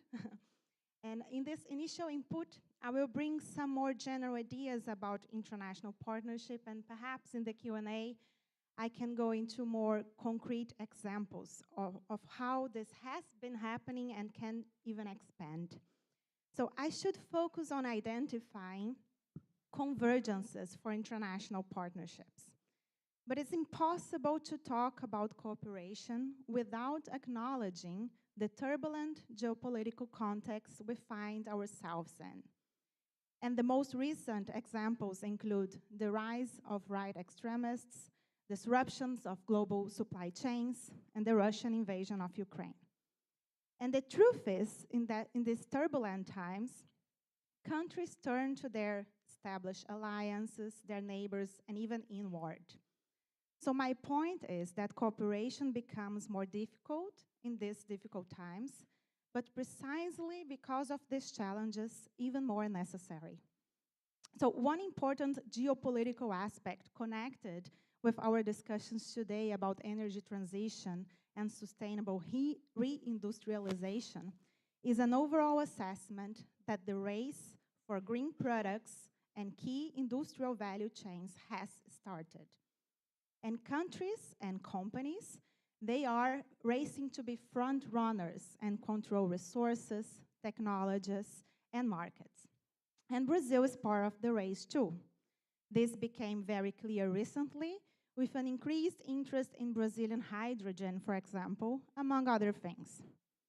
And the race for green commodities shows two very important and connected facts, in my opinion. The first one is that the overall narrative that industry is hard to abate or decarbonize is gone. Green hydrogen, ammonia, methanol, and biomass, they became essential to decarbonize top-emitting industries such as steel, cement, and chemicals. At the end of the day, it is all about positioning the industry of countries according to their strengths in the global race towards a competitive green economy. This leads me to the second fact, which applies more specifically to Brazil, and is that Brazil is a country that could profit highly from an accelerated international transformation of heavy industries because it sits on an almost unique combination of renewable energy sources, critical raw materials, and leadership position. It will be cheaper to produce green products in Brazil due to its biomass production and wind and solar potential. And this has become even more important now in the face of the energy crisis in countries like Germany. And since low carbon options for industry heavyweights such as steel are scarce and expensive, a successful Brazilian leadership role is also in the interest of foreign, public, and private actors. So Brazilian singular features, including but not limited to its natural resources, offer alternative pathways to decarbonizing these top industries abroad. Importantly, Brazil can and should position itself as a leader in the field by simultaneously contributing to and benefiting from the global energy transition. And by benefits, I mean not only economic, but also social and environmental benefits. And Brazil should leverage this unique position to revert its deindustrialization process and secure green and future-proof jobs. So we are talking the event today about sustainable reindustrialization. And this is a pressing issue. Recent data from the Brazilian Institute for Industrial Development Studies shows Brazil's share of total world trade in manufactured goods fell below 0.5% for the first time in a decade, dropping from the 28th to the 34th position. So Brazil should seize the moment to export more than green hydrogen and ammonia, but also green steel, fertilizers, and others, just for starters. And to become a producer and exporter of green products, it also has other side benefits. For example, Brazil would avoid being negatively affected by instruments such as the Carbon Border Adjustment Mechanism, CBAM. However, there are some preconditions for Brazil to secure domestic gains while contributing to global transformations. And the key elements for successful green economy includes good governance that secures investments and technologies. And from the Brazilian side, Brazil must do its homework. So to be taken seriously in this leadership role, Brazil needs to show lower deforestation rates, a promise by the new administration, and present sectorial plans for national industry transformation to build up green production manufacturing value chains. And internationally, the energy transition creates a lot of opportunities for win-win situations and strategic partnerships going forward. And for example, we have political momentum to renew the EU-Brazil strategic partnership. As you probably know, Brazil and the EU has a strategic partnership since 2007, but it reached its low point in the past years. But I would go and say that more than activating this strategic partnership, it is important to redefine the terms of international partnerships in general. And here I'm talking about securing an inclusive and just global energy transition and also inclusive, just global trade. The Brazilian industry has shown today it does not want to ship simple commodities to you. And Brazil and other countries in Latin America and elsewhere, they have historically integrated in the International Division of Labor as a provider mainly of raw commodities. And this has had terrible consequences in terms of inequality, poverty, and hunger.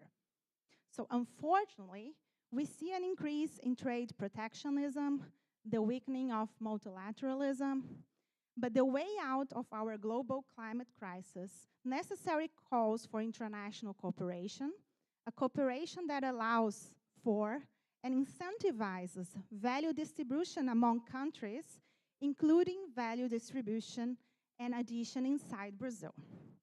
So I hope we have time for more concrete examples, but I just want to finish by highlighting that international cooperation is not only what happens between governments, although intergovernmental cooperation is still very important, but it also happens at the transnational level, so including the private sector, as we had in the panel this morning, universities, think tanks, civil society, development banks, as it was mentioned. And we from Agora, a think tank, we are increasingly internationalizing our work. And in Brazil, we do it in cooperation with our local partner, E+. And we are lucky to have Rossana, the CEO of the E+ Institute, as a moderator today. And we can see already in our day-to-day work how the European interest in Brazil has increased lately, showing already this repositioning of Brazil in the international stage. Thank you.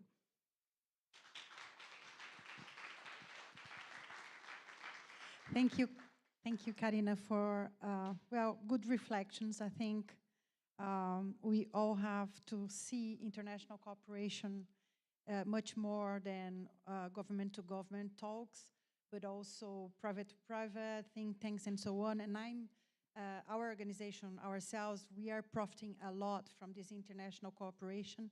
And I see that Germany is, let's say, it's a source of a lot of possibilities for international cooperation.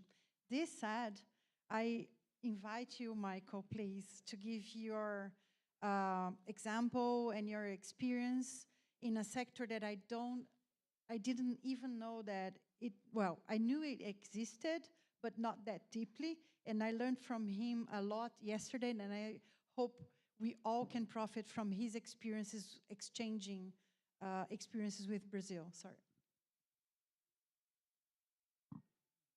Sorry, Michael is from EDL, Purna Group, correct? Thank you very much. Yes, I'm from EDL. So thank you as well for listening and our activities and showcases, which are not only related to Brazil, but we have also some introduction here related to a German project, which is the basis also for the Brazilian project.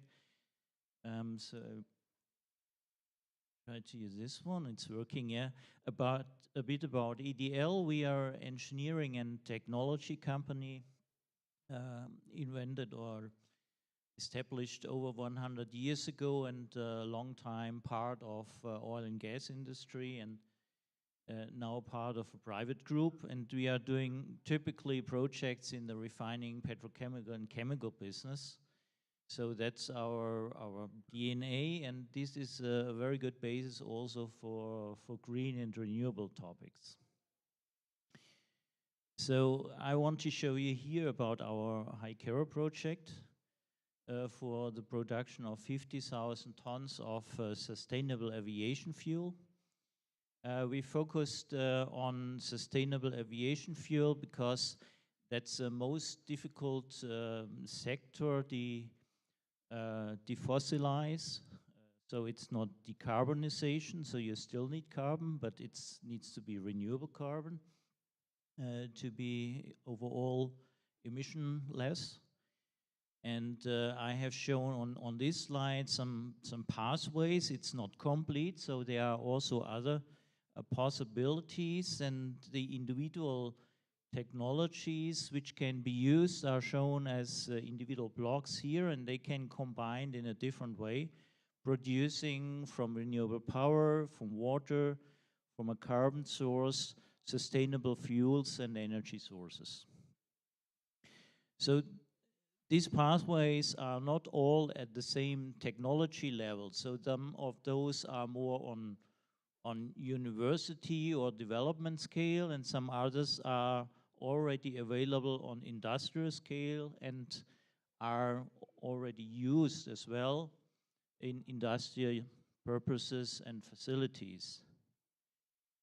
When we are looking specifically to sustainable aviation fuels and TRL9, which is the technology readiness level for industrial scale proven technologies, you see that there are not much of the individual process technologies are left, which can be used nowadays for industrial scale. So there are some processes, for example, for conversion of renewable electricity in water towards hydrogen, or to form from a carbon and CO2 syngas for the Fischer-Tropsch process, and then upgrading by refining to sustainable aviation fuel. And you need to also consider that those fuels need to be certified from ASTM or other, that they can be used in aviation, and that takes also a long time. One example, it's for example, Sasol, it's not a sustainable fuel, but it's a Fischer-Tropsch fuel. It took them 10 years to certify the Fischer-Tropsch kerosene for aviation. So you see that a lot of those things take time. That's a problem since we don't have time for greenhouse gas emission reduction. So a lot of things need to be speed up, especially also on regulative issues. So that's in principle our plot space for the High-Kero facility in Germany. That's on an existing industrial site for producing 50,000 tons of SAF. And as byproduct, there is naphtha, green naphtha, which can be used for chemical and other purposes, for PE production, for example, via naphtha cracker. And we produce, in addition, green hydrogen for the industry in the area, for example, for automotive facilities. They converted their plant operations to hydrogen to be emissionless. And it's 100% TRL9 and developed by us. It's a patented process. And this is currently subsidized by EU funding for the development and implementation during the next years. So important is as well that you certify it and have a certification for the complete value chain, which is sent by ISCC, which is one of the certification organizations which can be used. And that's a view, and you can see that one of the topics you have here, it's to have high energy efficiency. You need to have a certified product, and you need to have a high greenhouse gas emission saving. Here it's 80%. That's based on the average emission of the biomethane feedstock we are using here as a carbon source. In Germany, if you use waste materials, it will be much higher. So we are talking with a partner here in Brazil for implementation. The High-Kero facility also in Brazil. And the biomass or the feedstocks, the carbon feedstocks from biomass are very much important, in my opinion, to limit it somehow on carbon dioxide and some specific products will not lead to sufficient volume of, let's say, chemicals, of energy carriers, and therefore you need to be very much open to all carbon sources, feedstocks, which are sustainable. So in Brazil, you have a large-scale production already of green electricity, which is required, for example, for the hydrogen production we are using here. You have biogas, biofuels. So it's an ideal basis for further development of those processes. So it's an ideal fit, and we have certain activities in Brazil. One is the establishment of the cooperation for implementing a 100,000 tons of sustainable aviation fuel project.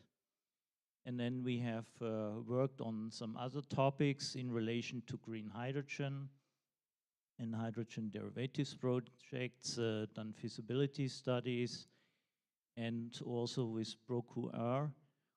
We have done some activities. There's one E too much in a nail, so sorry for that.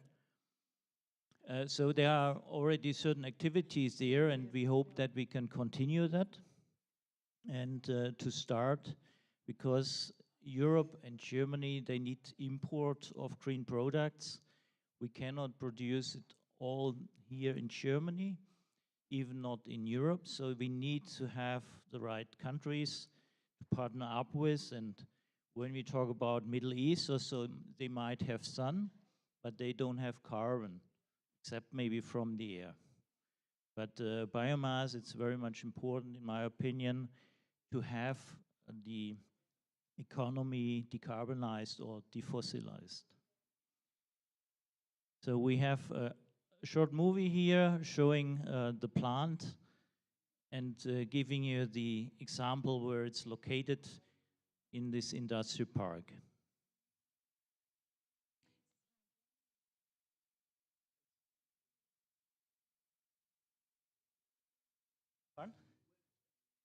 That's close to Leipzig, in the south of Leipzig, 200 kilometers south of Berlin.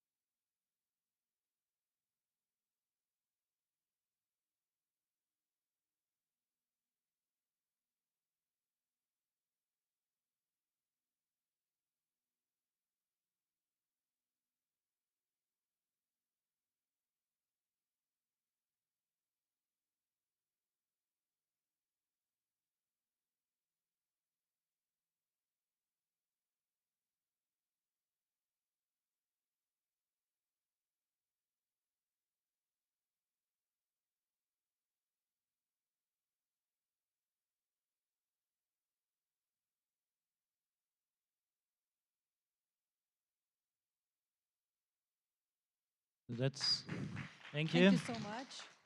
And the kerosene that's supplied to one of the big carriers, air carriers at the airport of Leipzig, that's about 30 kilometers away from the facility, so you don't have too much movements around. And we are talking with the government to implement there also a storage and blending facility, not only for this sustainable aviation fuel, but also for broader range in Germany. Well, thank you very much, and happy to answer your questions. Thank you so much, Michael, for this presentation. It's kind of the collaboration we were mentioning before, industry to industry, meaning profiting. We in Brazil will profit from your technology, and hopefully you profit from ours as well. So it's a win-win there. With this said, I ask, please, Mariane, to bring us a perspective from a more modeling side in an integrated view, energy transition, seen from, well, from the academia and your work. Thank you. Thank you. Here.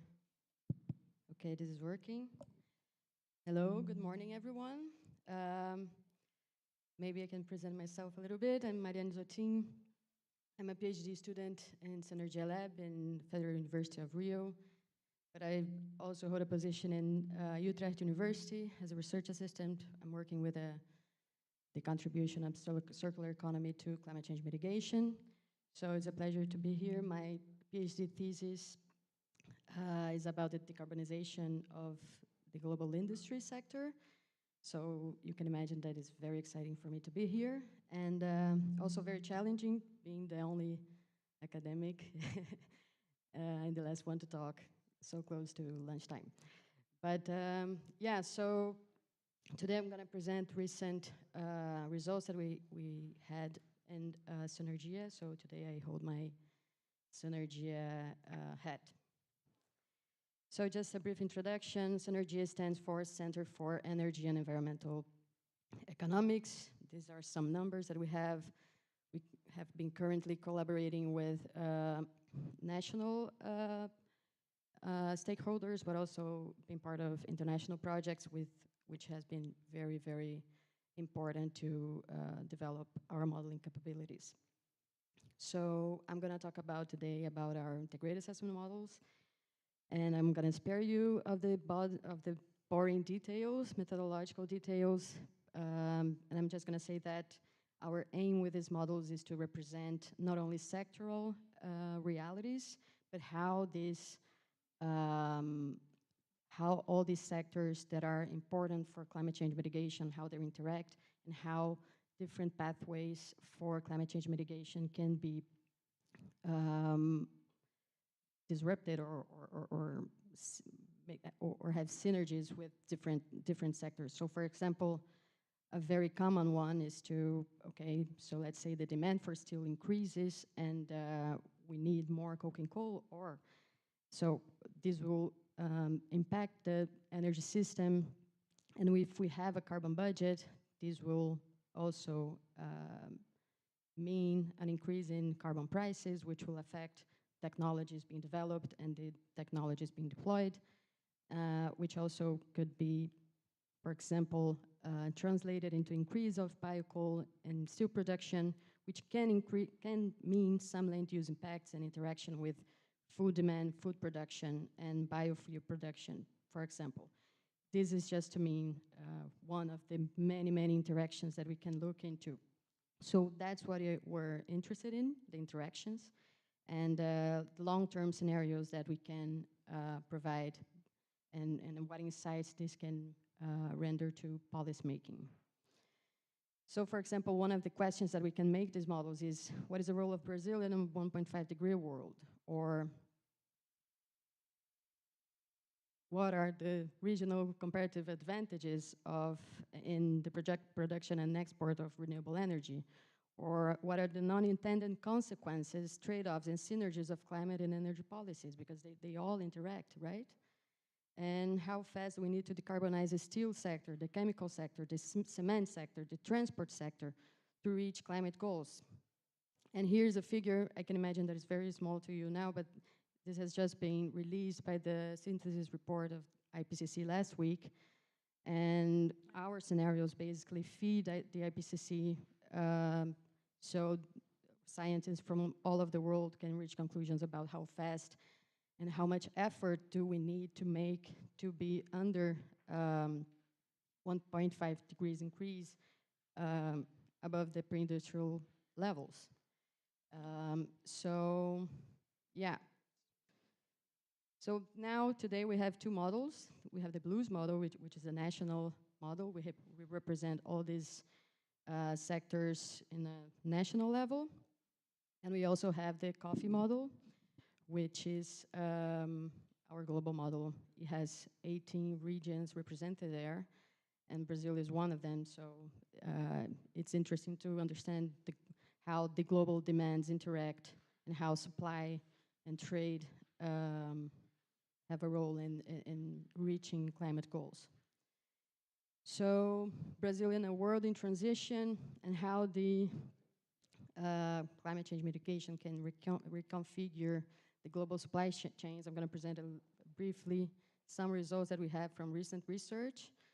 The first one is on national level, and this is actually a study that I was honored to be part of, led by Camila Oliveira, my former colleague and friend. And basically, this is an LCA. This is not integrated assessment yet, but this is one of the routes that lead to carbon storage in materials. So there we evaluated different plastic production from bioethanol and with CCS. So we evaluated how much we can reduce emissions, and not only reduce emissions, but store carbon in bioplastics. And not only that, but how can those bioplastics can be used not only for single-use applications, but in long-lived materials, for example, in construction, and also substituting aluminum, cement, steel, also reducing, getting credits for substituting energy and emissions intensive materials. And then we use those results to feed the integrated assessment model, the national one, to understand how this could affect mitigation pathways in Brazil. And we reached the conclusion also from a study led by Camila, and that we later used in a study led by the Association of Bioinnovation, Brazilian Bioinnovation. And one of the conclusions is that by 2050, 33% of the HVC's high-value chemicals produced in Brazil were bio-based. And this happened because part of the, like, as the passenger fleet electrified, there was an ethanol surplus that could be used for the chemical sector as a feedstock.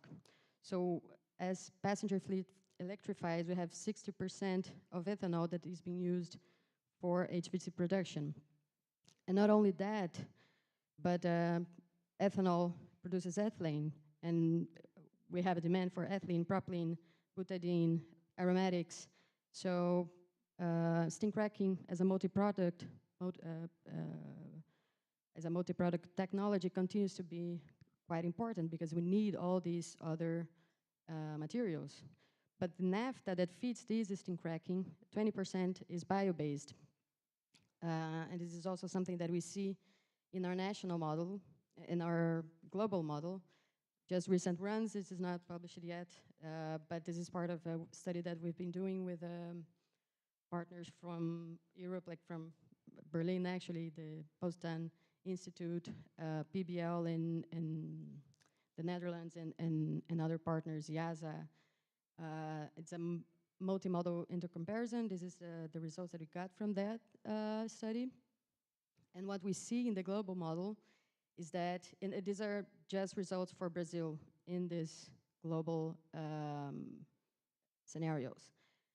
So what we see is that as passenger fleet electrifies, we also see this shift in bioethanol use from transport to basic chemicals. But not only that, we have, I don't know if it's too small, but there's an increasing use of bio-naphtha that is co-produced in platforms to, like in Fischer-Tropsch platforms to produce sustainable aviation fuels, to produce shipping fuels that are also hard to abate sectors. So all these three sectors that are hard to abate, they are benefiting from this platform. So this is also shown in our results. And what we see is that the production increases in a weird way, right? So not only domestic demand drives demand, but also Brazil becomes a relevant exporter of those biomaterials.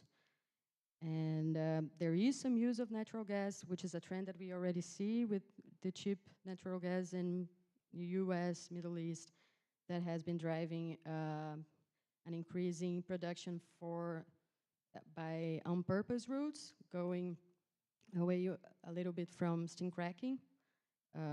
This is a bit of a detail. But what we see in terms of carbon feedstock is that CCU, the carbon capture and its hydrogenation to produce methanol, and from methanol to produce ethylene and propylene, this has a very limited role, at least in Brazil, at least in our scenarios. Biomass is a preferred feedstock because of the national context, because of the synergies that we have here with the ethanol industry, with the important role also in providing sustainable aviation fuels. And also what we see in the other one, I think it's very small, but it's a graph that shows also the co-production that we have of propylene and aromatics in refineries. So this is a characteristic of this industry. We have like cheaply co-produced propylene and aromatics that when refining capacity factor goes down because we are electrifying passenger vehicles, we're also not producing those chemicals. So what we see in the long term is that the steam cracking still has relevance, But since we need to decarbonize and we need to increase production to compensate for the reduced output from refineries, is that we see a lot of on-purpose routes that we call the technologies that aim to produce propylene, that aim to produce butadiene, rather than steam cracking. And all of that happens in the context of mitigation efforts. And for the steel sector, what we see in our scenarios is that coal phases out by 2050. We have coal is represented there by gray, charcoal is represented by green. We have slashed one that is gray and green. All the slashed ones are CCS, and the light blue one is recycling. Also, like pre-consumer and post-consumer scrap recycling, but also other circular economy measures, for example, reuse of beans and so on. So we see that there is a large role for that, especially in a 1.5 degree world. We don't see that in a less ambitious scenarios, like, for example, 2 degree world. But as soon as we need more effort, we have to go for more difficult to find, more difficult to recover scrap. And in our scenarios, we see a limited role of hydrogen. I hope this is not so disappointing, but we do see it by 2050, replacing a bit of natural gas for direct reduction.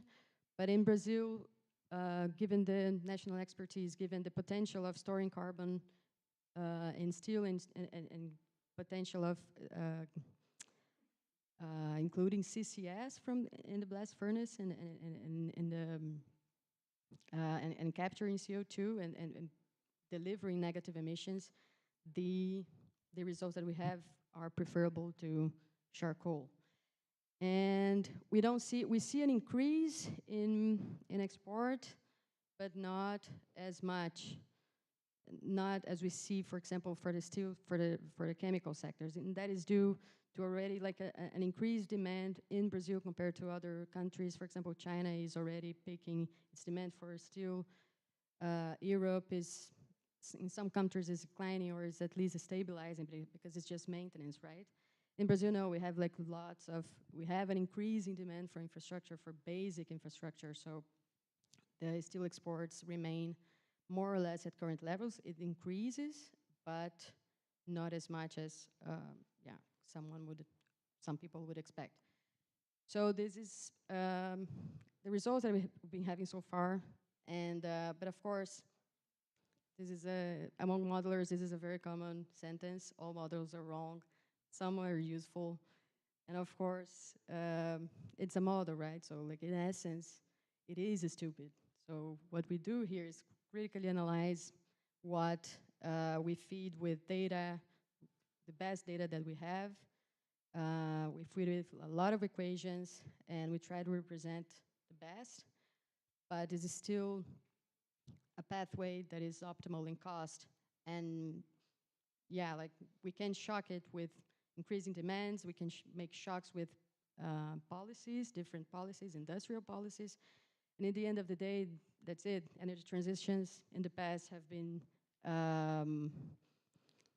molded, have been shaped by a lot of different factors, and not only cost. So, yeah, in all of these scenarios, I have to say, all of those, there's a lot of biomass, and I have to say that all of that in the model has been considered in the sense that no further deforestation has been done, no further, like increasing use, like expansion over Amazon and other native biomes. So I think that's also important to say, and that there's no energy transition in Brazil without environmental protection, without social justice. So thank you. I'm happy to take any questions. Thank you so much. Thank you so much, Marianne.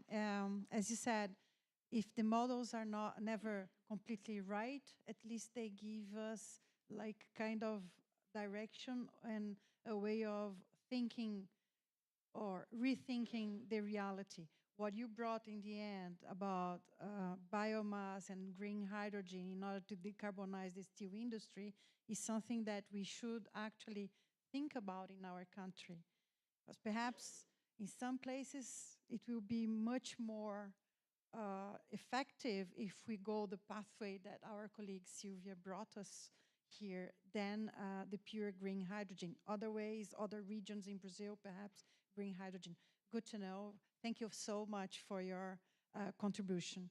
So I had my 5 minutes of star now. I'll do it in 2 in order for us to be free for lunch earlier. We from E+, I'm the executive director for E+, Energy Transition Institute in Brazil. We are partners with Agora and other institutions in Europe. Our goal is to do exactly what we are doing here, meaning sitting everybody together, discussing. It's a common ground, a common table where we can understand each other's reality and try to make something out of it. So such a diversity of ways of thinking and such a diversity of experiences that we had in the first panel, this is exactly where E+ wants to sit on and help foster debates and help foster policy making and policymakers to take good decisions. This said, I think I'll go on with some questions to our panelists. And thank you so much, Ambassador, to having us today here. It was such a great event, such a great opportunity. But Sandoval, this said, I'll go into Portuguese now. Para qualquer reindustrialização sustentável, a gente pressupõe o fornecimento de uma energia estável, confiável e de qualidade para a indústria e para a sociedade, né? O que pode ser feito para assegurar essa estabilidade no Brasil? Eu acho que também muito dessa pergunta vem, se a gente entra com muitas renováveis, nós precisamos estabilizar essas renováveis também.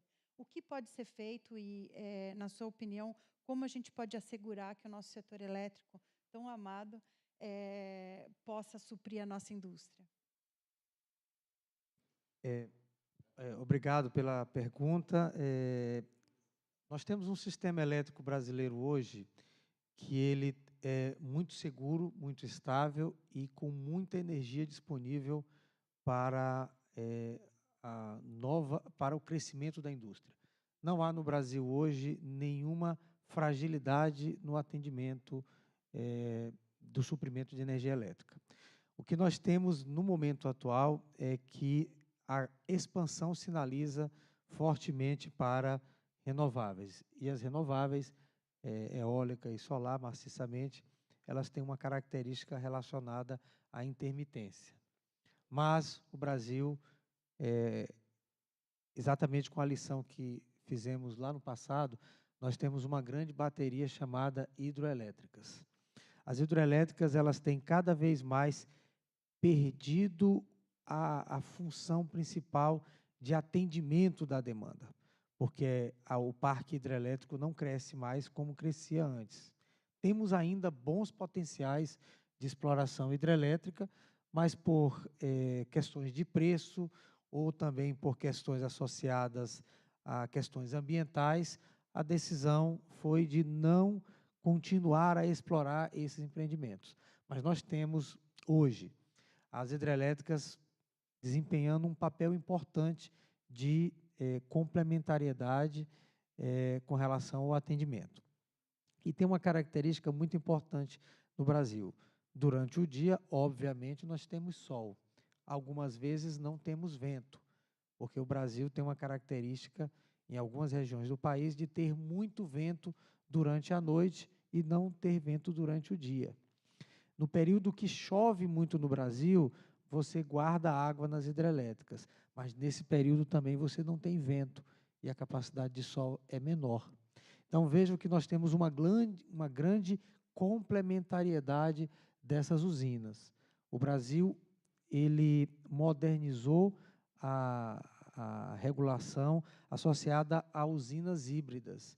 Então, hoje, você não precisa construir duas estruturas de transmissão para escoar a geração de 2 usinas, uma eólica e uma solar. É perfeitamente possível, hoje tem regulamentação para isso. Semana passada, senhor embaixador, nós estávamos com o presidente Lula e o ministro de Minas e Energia, inaugurando no estado da Paraíba a primeira grande usina híbrida do país, usina eólica e solar. Então, além dessa segurança que temos a partir das nossas hidrelétricas, temos o armazenamento como a próxima fronteira a ser explorada para trazer mais segurança no suprimento de energia elétrica associada ao crescimento em direção às renováveis. Semana passada também nós inauguramos no Brasil o primeiro grande projeto de armazenamento para a solução de transmissão de energia elétrica.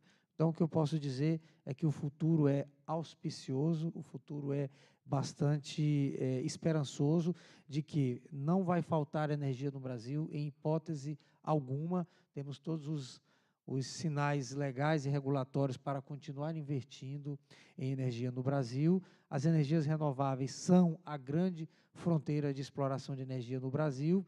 Temos todos os acordos multilaterais que o Brasil tem feito na área de energia, todos têm sido nesse sentido.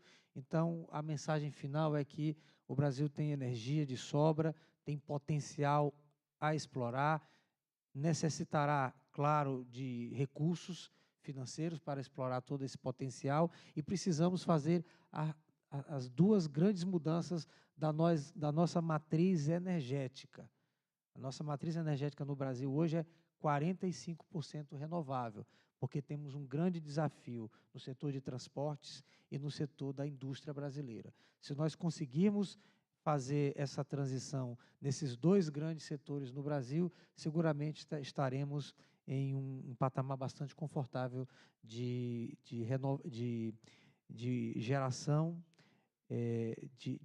estaremos num patamar muito confortável em direção à transição energética. Nossa, muito obrigado, Sandoval. É auspiciosa a resposta e tem muita energia nessa resposta, né? Energia positiva nessa resposta, muita coisa que a gente pode fazer. Agora, Karina,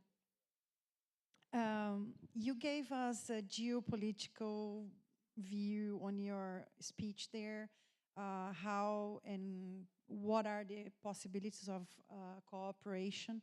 Can you please give us some more concrete example of what you wanted to say? Thank you very much. Another example of this transnational perspective that I mentioned on cooperation and the attention Brazil is getting at the international level, when one thinks in the context of the Brazil-German relations, we had just at the beginning of this month in Belo Horizonte, which you are probably aware of, and it was an event organized by the German and the Brazilian industry associations, BDI and CNI.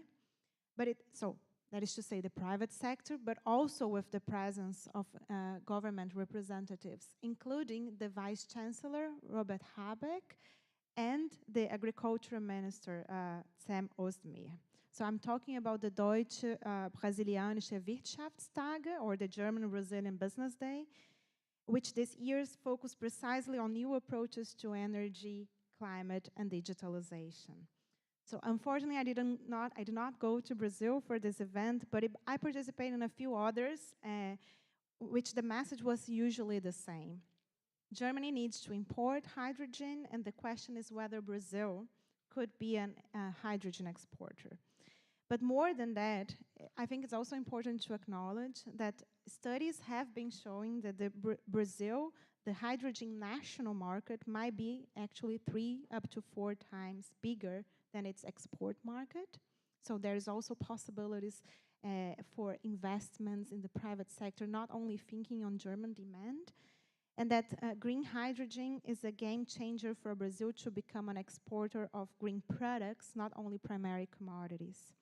And regarding this second point, the argument is that transport of green steel, for example, it's easier than exporting hydrogen and then green iron separately for then producing green steel elsewhere. And we know Brazil is uniquely positioned to produce green steel, compactly, as Silvia was mentioned this morning, due to its high quality iron ore and its significant charcoal production and use as well. So going back to my argument in my first input, transforming Brazil's steel sector would have spillover effects on the broader national economy because it requires building a national green hydrogen economy, using Brazil's solar and wind potential, increasing energy efficiency, and implementing zero deforestation policies. But a sectorial plan is needed. And this industrial process optimization must encompass not only the adoption of low-carbon technologies, such as direct reduced iron, DRI, but also demands improving local market conditions. We have also heard about that in the morning.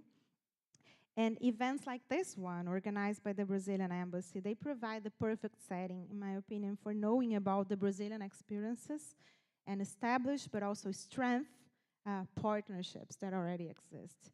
But my final remark would be that, interestingly enough, the need to have this emphasis on just transition and development, what I emphasized in my first input, it is also making its way into even more traditional German institutions, that is my perception, where now there is space to discuss important ideas in international cooperation, such as that a global hydrogen market should not hamper local energy transition, meaning that it should avoid increased fossil fuel use just to attend the global hydrogen market, for example, and that we must promote win-win-win situations in which hydrogen is a means to decarbonize industries, but also a chance for local development, local value addition, job creation, and the sustainable participation of countries like Brazil in the global hydrogen and other green products market.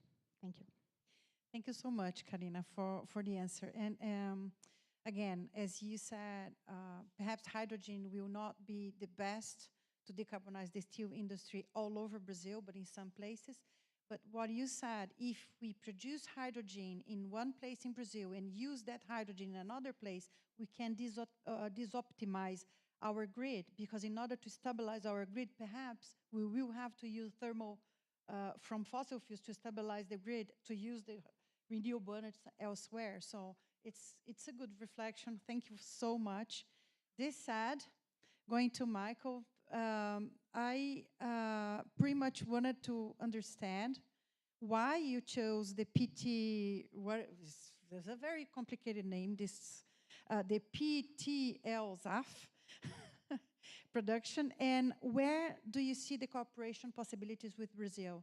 The theme of this panel would be, how can we cooperate and how can we profit from each other's experience?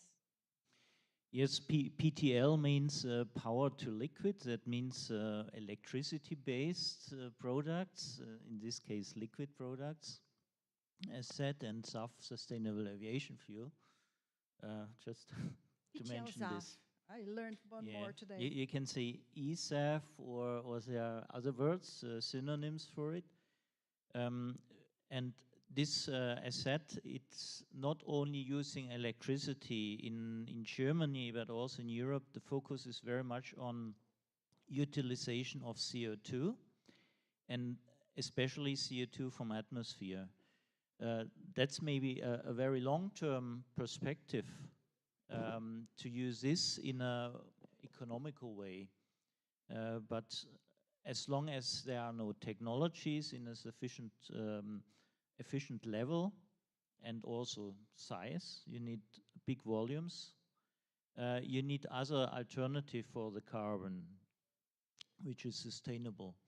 And that means it needs to come somewhere from biomass. In our facility, we use biogas from biogas facilities in Germany and in other locations in Europe, which are connected to the national gas grid.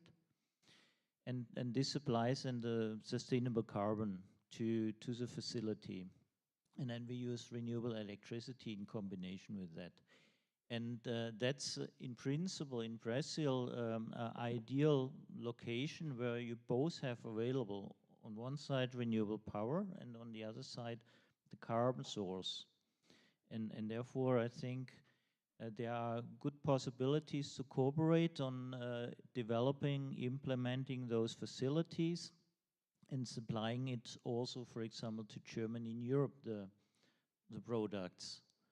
Because when you talk about hydrogen in Europe, it's not necessary that it means hydrogen as a molecule. It could be also hydrogen derivatives, which could be ammonia as an example, but also other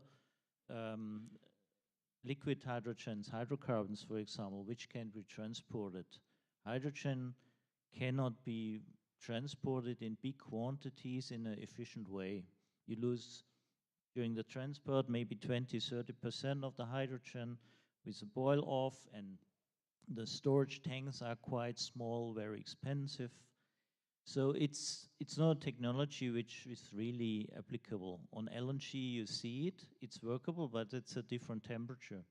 And you can, let's say, reliquefy on board of a ship, which is done. With hydrogen, that's not so easy.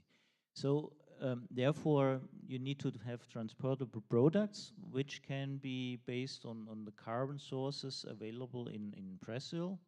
For sure, it needs to be sustainable, but if there is a certification regime in place which certifies that it's a sustainable production pathway, then that should be fine. And I think there is a great opportunity on that.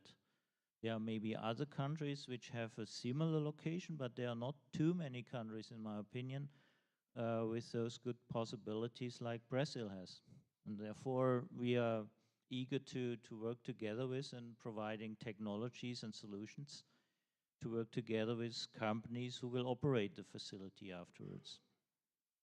Thank you so much. It's a very, very interesting perspective, and it's music to our ears to see that you are considering, as a German company, considering using biomass, certified biomass, of course, but using biomass in your process and demystifying a little bit the use of biomass. As I think many of our colleagues here said in the first panel, that biomass in Brazil can be sustainable, can be ESG, can be everything, and you were proving that perhaps this is a good pathway to go.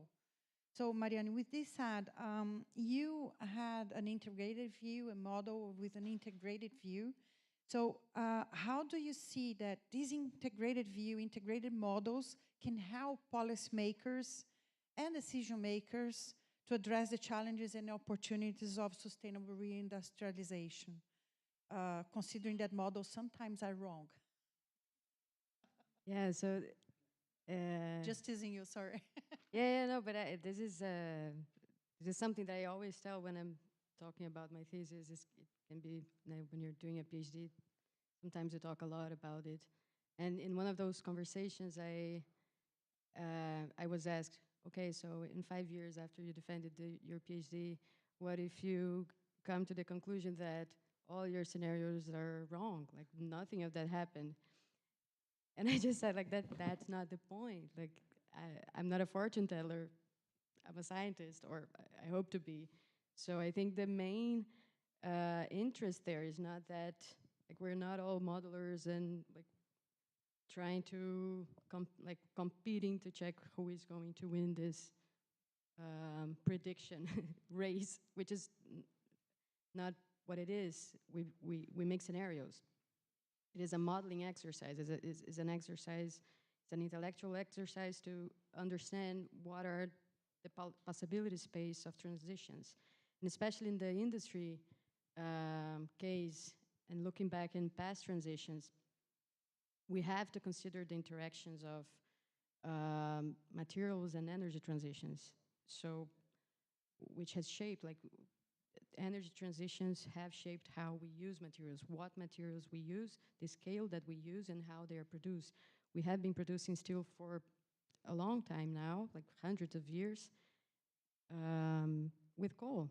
So we're in the industry sector, in the steel sector, we're still in the coal. We didn't transition from coal to something else, to oil. And we basically, after the transition to oil, we radically changed how we use materials. We use plastics everywhere. Like we eat food that has been fertilized with ammonia that is produced with natural gas. So we have to take those into account. Have to take not only the sectoral perspective, but also the regional perspective into account. And these models are interesting in that view, so we can understand how different regions have different contexts that may may render different trade-offs and synergies among sectors in that special context. And in this sense, it's also good to mention that our model in Synergia, the coffee model, is the only global model below the Ecuador line. So we are the only global model recognized by the IPCC to feed scenarios, and that is not in the OECD. So it's and it's also good to mention that most, like a great part of that development happened in the past 4 years, which were very depressing in terms of political landscape, science policy, like also climate policy, environmental policy, like you name it, the policy. So, and we mainly developed that, like all those developments happened also with cooperation with groups in Europe and funded by projects, with projects funded by the European Commission, for example. So there's a lot of, there's a lot of cooperation opened also in science to understand how these transitions can happen. So to sum up, it's basically about the interactions of and the synergies, trying to understand how the system works, then to the deterministic result, and like it's not a prediction, it's a scenario. So okay, thank you. It's one of the tools that should be taken into account to make a decision in large scale. Sure. Thank you so much, Marianne, for your answer. I'll ask our leader here, which is we do have a Q&A now from the audience, but as we are really running out of time, I don't know how you want to do it. Yeah, after the Q&A. So I can jump into the associations already or not? What do you say, my leader?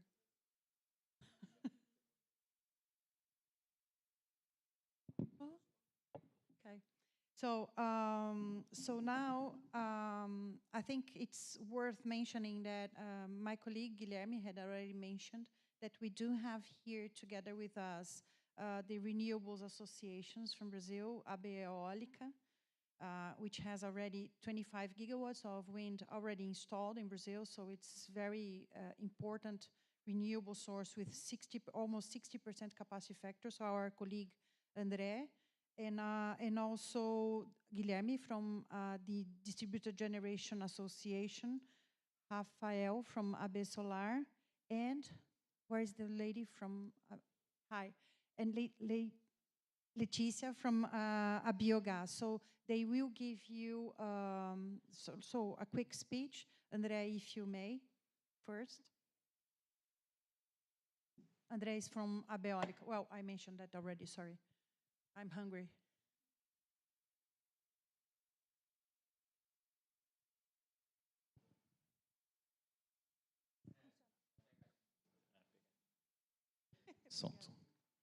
So thank you so much for the opportunity here to speak a little bit. I don't know, I have 2 hours? How many time I have? No, 1 minute. Oh, okay. Okay, I tried to speak very quick, so 1 minute to have. So it's an honor to be here, to be invited to this event. So thank you, Ambassador Roberto. And so I am André. I'm from the AB Eólica. AB Eólica is the wind energy association in Brazil. So we represent the all sector in the wind energy sector in Brazil. We have more than 120 members at Abeólica, including generators, investors, companies that selling energy as well. And so today, as Rosana said, we have 25 gigawatts of installed capacity in our energy matrix. The most of our potential is in the northeast Brazil and also in the southeast and south of Brazil. So for the next 3 years, for example, we will grow our installed capacity to 36 gigawatts of wind energy. So it's 10 gigawatts more in our electrical matrix. So it's a huge amount of energy to contribute to the diversification, so the security of our system as well. So we have a lot of potential in the onshore wind, but we are looking right now to the potential of our offshore wind. So Brazil has a long coast that we can, we have a potential for 700 gigawatts for the offshore wind in Brazil. So it's another huge amount of energy. Of course, this is a technical potential, and we right now at Abeólica we are working on the regulatory framework to give to the investors, to the companies, the security to invest in this kind of a new source. And of course, this is so the offshore wind and also the green hydrogen that we working also at Abeólica. It's a good opportunity to the reindustrialization process that many of my colleagues said in the panels before. Because when you look to the offshore wind, it's a new industry for the Brazil. So it's equipments that are larger than the onshore wind, for example. So and we need to put this in specific locations. For example, the ports will be play a big and important role to develop this offshore wind in Brazil, and this will contribute for the industrialization process, for the diversification of our sources in our electrical matrix. We will contribute for the security of our system as well for the green hydrogen, because we need this new industry for the green hydrogen as well in Brazil. So to final my speech here, we at Abeólica, we are looking for the future to the decarbonization process, and we are contributing for this process. So with our renewable wind energy in Brazil. So thank you so much for the attention. I'm open here to further discussions and questions, and what we can help you. So we're here to make a cooperation with the government as well. And so thank you so much.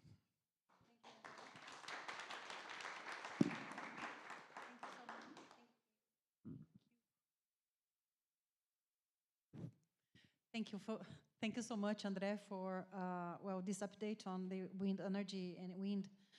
Actually, the wind industry in Brazil, just as a note, 80% of the onshore wind equipments are nationalized. 80% of each machine is made in Brazil. It was a huge industrial success, the development of the wind energy and wind industry supply chain in Brazil. And with 180 gigawatt of offshore wind projects going on, let's see where we go. It's like doubling our energy mix.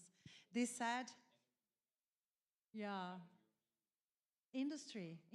We need the industry, yeah. So, Leticia, you will have your 1 minute elevator speech. Please, Leticia from Biogas, and we talked so much today about using biomass and biogas, and also Michael brought us some other perspective. Okay, thank you, Rosana. First of all, I would like to, on behalf of Biogas, thank the embassy, the Brazilian embassy here in Germany for the invitation. It's a great pleasure to be here and listening to all these discussions. Today we heard a lot about biomass. This is good. It's good to know that the subject is being treated this way. There's a lot of stigma, but as we see, there's no need for that. We can produce biomass in a sustainable way, and this can be very interesting for the country. We need to explore this potential. And biogas is a huge opportunity for that because we don't need to plant or to use more land for that. We can use the residues from all organic residues. So sanitation and agriculture, animal production, also the sugar and ethanol producers. We can use all the residues from these sectors to help decarbonization, both in the electrical, for the electricity system. We can also perform as a storage for the other sources of energy, for wind and solar, for instance, just like hydro, because biogas is dispatchable.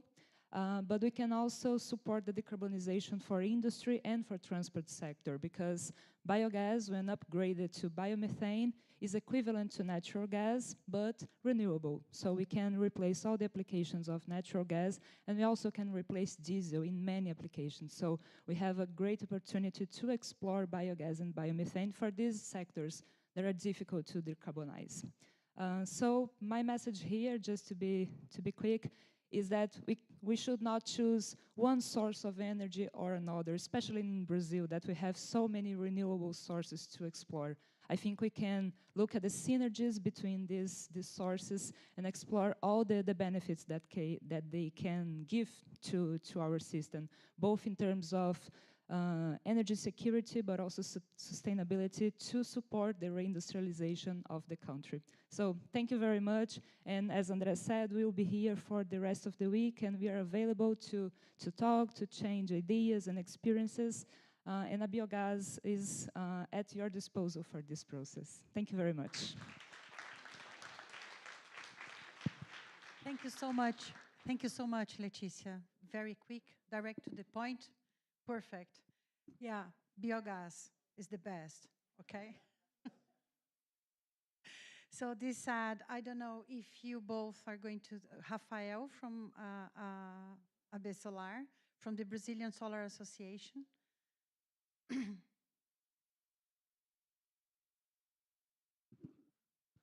Yeah. Good morning. First of all, I would like to congratulate everyone who's involved in this event and make it possible. On behalf of AB Solar, I would like to thank you, the ambassador, all the guys from Brazilian embassy here in Berlin. And I'll try to be quick. Solar in Brazil is a very promising sector. We ended 2022 as 8th position in the world ranking, and we are growing like 1 gigawatt per month since that. So it's very, very huge, a very huge amount of energy coming. I mean, from both distributed systems and big power plants. We have challenges, yes, we do. But as Sandoval said here, we have a regulatory framework stable. We can find a stable environment to bring investments and keep growing. That is important. So we have challenges, yes, we do, but we have a very promising future coming, and we expect to take advantage of that. So as my colleague said before, we will still be here and we can talk after that. Just thank you very much. We can talk. Thank you, Rafael. Thank you so much. And last but not least, our colleague that is still typing there, Guilherme. Yeah. I mean, já falou? Ah, okay. So we have time for one question from the audience. Yeah. No, you know. Shut up.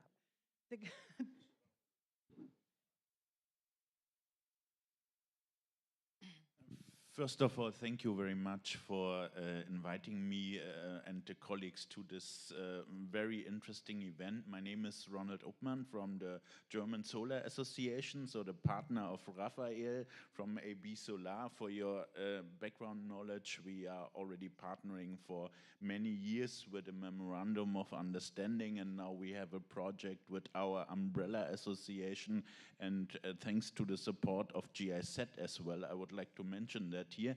But one remark from my side, since we are also talking about the potential of cooperation between Brazil and Germany, and we are representing 1,000 German companies covering the whole solar value chain. And one challenge that we face in Germany is that we all of a sudden see that we have not enough employees and skilled workers to handle the challenges and the massive upscaling of renewable energies. I mean, the German government wants us, and we are happy for that because it means business opportunities for our companies. The German government wants us to install in total 215 gigawatts of solar PV by 2030. Now we are standing at approximately 70 gigawatts. So you see there's a big gap. We need upscaling, but we see that we don't have enough skilled workers for that. And why I'm saying that is I see a potential in joining hands, not only simply exchanging workforces between Brazil and Germany, that's not what I'm saying, but maybe joining hand when it comes to education. Here I'm also thinking of maybe cooperating with the academic sector. So this would be a suggestion to join hands and exchange experiences on that, because we need a wide range of workers, not only when it comes to installing renewable capacities, wind turbines, solar, biogas, but also maintenance, operation, then also the grid issues and storage systems, because more and more sectors will be decarbonized. I'm also thinking about the passenger car sector, where we see the electric mobility coming up, charging infrastructure. And I mean, the demographic structure in Brazil is a bit different from Germany. So you have many young people, and that's also a treasure, let me put it this way, because these are potential workers for your industry. In Germany, it's a bit different. So we're getting older and older. So my invitation would be, let's think together, let's discuss and exchange how we can maybe cooperate with those education and labor market issues. Thank you very much. Thank you so much for this different perspective. It's true. It's also collaboration. Yeah. Thank you so much. So with this, I think we are free to go. The ambassador is going to do, no, I don't have it here. Do you want to give us a final note or not, Ambassador? I think it was, I don't normally stay. I open and I leave. But this was a very interesting and important dimension, because it is one dimension where Germany and Brazil can do many, many things together. And there are many challenges, but I think we saw how Brazil can offer many solutions. And I am particularly convinced of the fact that we have to explore all the capacities that we have. And this is a different reality. You cannot regulate the world from Europe, thinking only of Europe. The world is much vaster. There are many other possibilities. And biomass, for instance, is a four-letter word in Germany, but it is of extraordinary potential and actually vibrant already industry and a bigger potential to grow. I think what you just brought about the human dimension is another fundamental element. Germany has a double demographic problem. It is too big and it is too small. Too many people living in a small space, not enough people to do a whole amount of things that Germany wants to do. And of course, one of the things here is not to do so much in Germany. And I think this is also part of the sustainability issue. You have to factor that into account. And many of these things can be made in Brazil. And this is another form of joining forces together. So thank you very much, all of you, those coming from Brazil especially, but all of you here. I think it was a big success. I was very happy to stay until the end. Thank you.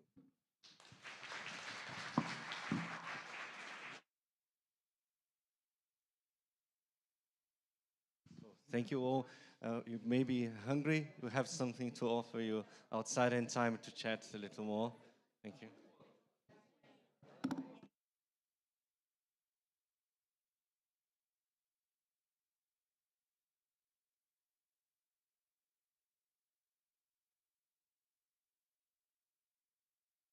Presente. Mas como garantir a vida no planeta, o desenvolvimento que não agride o meio ambiente? Discutir e promover a necessária transição energética. Desde 2015, a ABGD, Associação Brasileira de Geração Distribuída, trabalha para apoiar, representar e defender os interesses de empresas que têm em seu DNA a sustentabilidade, seja para produzir equipamentos ou para oferecer serviços ligados ao uso de fontes limpas e renováveis de energia. A ABGD é a Associação da Geração Própria de Energia do Brasil, com mais de 1.000 empresas associadas, fabricantes, integradores, distribuidores, com diretorias nas 5 regiões do país e com projetos premiados aqui e no exterior. O Roadshow é um deles, a carreta escola que percorre o Brasil oferecendo capacitação em energias renováveis, tem sala de aula, escritório e sistema fotovoltaico, que alimenta os aparelhos do showroom interativo. Mais de 3.000 brasileiros já participaram dos cursos. A ABGD também desenvolve o ABGD News, plataforma multimídia de produção de conteúdo informativo com foco nas ações dos associados, Universidade ABGD, grupos técnicos de estudo, além de apoiar e promover eventos do setor. A ABGD, a Associação da Geração Própria de Energia do Brasil.